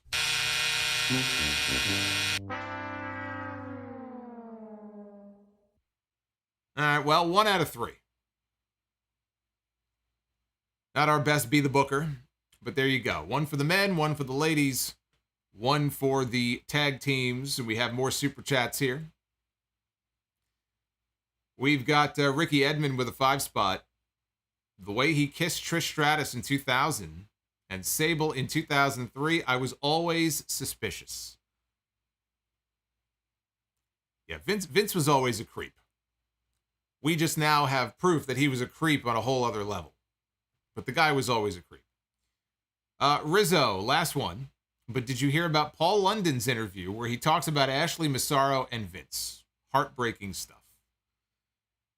I heard, I don't know if you're referring to a new interview that he's done. I recall an interview many years ago and he talked about it, and it's really sad. If you're not aware of the Ashley Massaro stuff and what her claims were as far as what happened to her when she worked for WWE and they went on one of the overseas trips for the tribute to the troops, which I assume is what he's referring to. Look it up. It's very sad stuff. Epsilon Sama, rumor says Double J might be the head of creative. Well, right now, Jarrett just started a new job as the head of or director of live events for the house shows. So I don't know if they would change positions and give him a chance on the creative end. Obviously, he had some experience with that in TNA. But that'll be one of the interesting stories to follow in the days and weeks ahead, as far as who is going to be the heir apparent when it comes to creative. What is the long-term plan going to be when it comes to who runs creative in this company? That is the million-dollar question. That is the main thing that I am interested in, because that is going to dictate the kind of product that we get on television going forward in the future, and how different WWE might truly be. Or is it just going to be more of the same? They have people like Jarrett and Paul Heyman who are already under contract working in that company. Could they end up in that role? Yes, they could. Boots. Jarrett versus Bischoff. That won't draw any dimes. Broke 10,000 guitars, never drew a dime. Or what was it, 6,000? 6,000 guitars? Never drew a dime.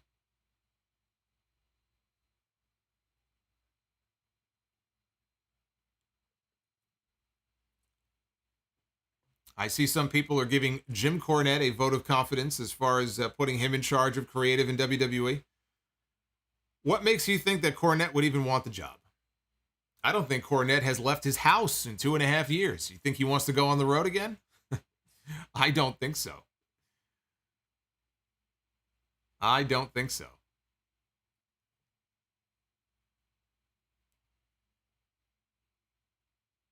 Yeah, so the schedule is Ring of Honor tomorrow night.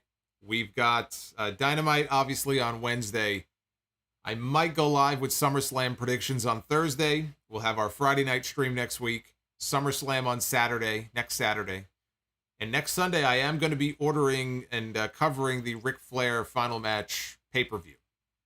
By popular demand. I know people have asked for it, so yes, I will be going live after that show as well. So you're going to have a whole week of streams. It's going to be very busy here on the channel, which is why I am imploring all of you now to, if you are not already subscribed, please hit that subscribe button here on this channel. Make sure notifications are turned on. And that way, whenever there is new content or I'm about to go live, you should get that notification. And we are trying to climb ever so close to 70,000 subs, but I can't get there without you. So we've got Frost757 with a $5 super chat. I know everybody is happy, but don't celebrate too hard, because even though Vince is gone, they still have a lot of fixing to do before we see any changes. Absolute truth in those words. We are going to have to wait a while to see, I think, what these changes are actually going to look like. Ricky Edmond, Michael versus Jason. You gotta go. I gotta go, Michael. I'm a Michael guy. I like Jason. I'm not really a big fan of Freddie, but you put me on the spot. I gotta go, Michael over Jason.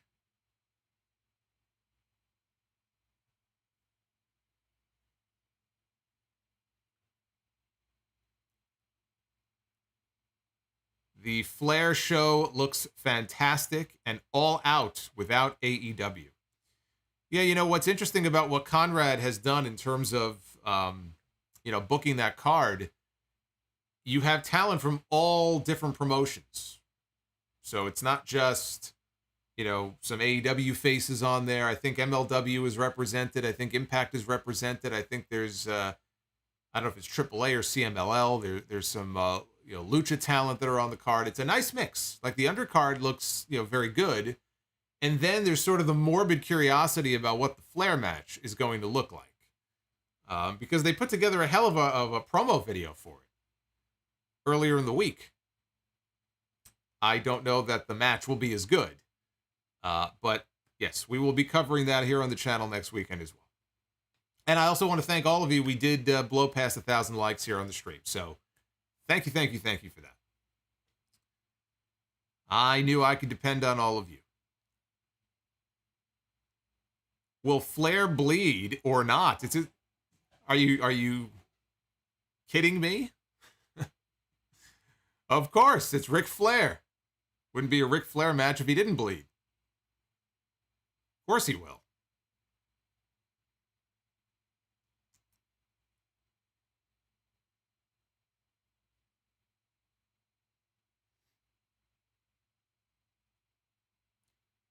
Daniel, I bet Mr. Met leaked the story on Vince. Mr. Met's fingers are too big to send emails. That's not going to work. Has Solomonster ever bled? Yes, I have. Don't you know the story about my leg? Solomonster bled quite a bit. Have I met Vince? Yes, I met Vince. I met Vince. I took my picture with Vince. I met Vince back in 1994. That was back in his more dapper days when he didn't look like a melted wax candle. We got Ricky Edmond. Did you see the new Orphan trailer? I did not. And Food Hive, I think this will pass Hell in a Cell 2019. Now that was a crazy stream. I wasn't even on camera for that stream. That was just audio only with a graphic. I think we had like 4,100 people in here just to hear me rip that fucking main event apart with The Fiend and Seth Rollins.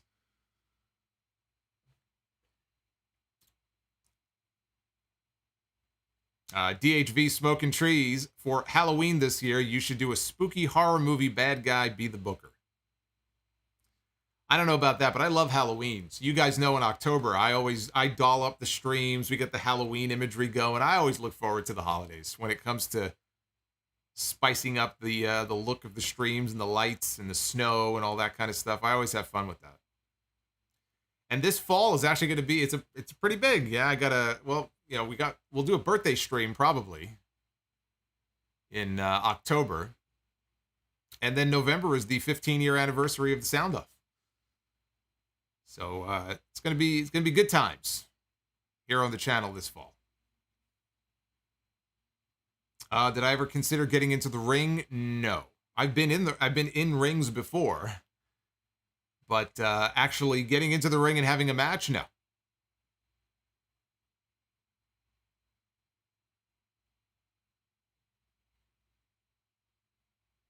I can dress as Vince. When I met Vince, he had the 3-piece suit going.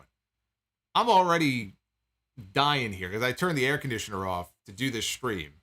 And of course, it's like 94 degrees outside, which means it's even hotter in here. You really want me to come on here wearing a 3-piece suit? I'd sweat right through that thing.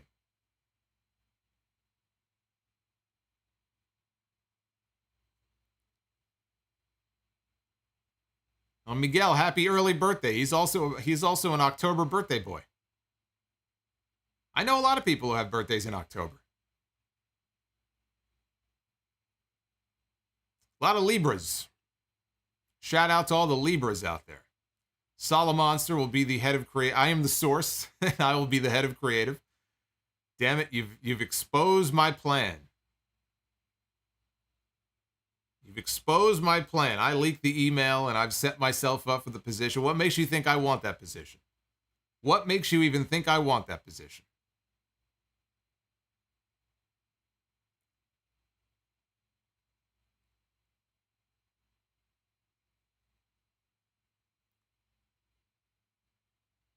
All right, guys, I'm going to get out of here. I think I've covered all your questions. I want to thank you for hanging out with me tonight. This has been a lot of fun. This was a very successful stream. We had a lot of people in here tonight. Hopefully some new faces as well who enjoy and stick around. Oh, boy, you're not letting me go, are you? We got a couple of late super chats here. Ah, Juan, yes, thank you, Juan. Juan is ordering his mug. This new Sound Off mug. All you got to do is go to the Solomonster.com. You'll see the link tree. It's right there on the bottom. It says Get Mugged. You can get the new Sound Off logo mug. But we've got Food Hive. The Freddy Krueger vibes in Stranger Things were everything. Excuse me, everything. And the Freddy Krueger appearance had me calling this One of the greatest seasons in TV. And Lorser Uanti with the $4.99. I just got off work. I found out about Vince retiring and thought it was an euphemism for him dying. Pretty morbid. I couldn't imagine him retiring. Hey, Tyler Smith, thank you for the sub. It's like Jericho, I shall beat my chest for you. Lorster, yeah, you know, people are so shocked by the idea that Vince would actually retire that I don't know that they initially believed the news. I didn't. I thought he was hacked when I saw the tweet. You just can't wrap your head around the idea that Vince McMahon would ever retire, but here we are. As I said at the very beginning of tonight, it's his libido that did him in. He couldn't keep his dick in his pants. And after all the years and the federal government coming after him and all that, that's what does him in. Which just goes to show you guys, keep it in your pants. Let Vince McMahon be a example of what happens when you don't. Akeem, I feel like Madcap can be the next Lex Luger. What do you think? Oh, I don't know if that's a good thing or a bad thing. Well, I guess Lex had a good career. But he definitely has something, and they believe it too. That's why they're giving him the push. I just think he needs to get rid of that fucking name. I have no idea why he's still Madcap. He ditched Corbin. He ditched the suspenders and the shorts. And he kept the name, and I just don't understand why. I don't get it. So once he ditches the name, he'll be a lot better off. But you can see him in theory. You can see which people that they really are focusing on. How might that change? Right? Vince is gone. How is that going to affect Moss? How's that going to affect Theory? Don't know. All right, guys. Be well. Stay safe. Thank you so much for hanging out with me. If you do want to contribute even after we go off the air, it's entirely up to you. We do have the super thanks enabled in the comments. You can drop a super thanks even after the stream is over. Of course, you don't have to. That's entirely up to you. Thank you for all of the support. And come on back tomorrow night. We'll do it all over again after the Ring of Honor show, and then a very busy episode 766 of the podcast on all the usual audio platforms dropping on Sunday. Until then, go get some sleep. That's what I'm going to do. Take care, guys.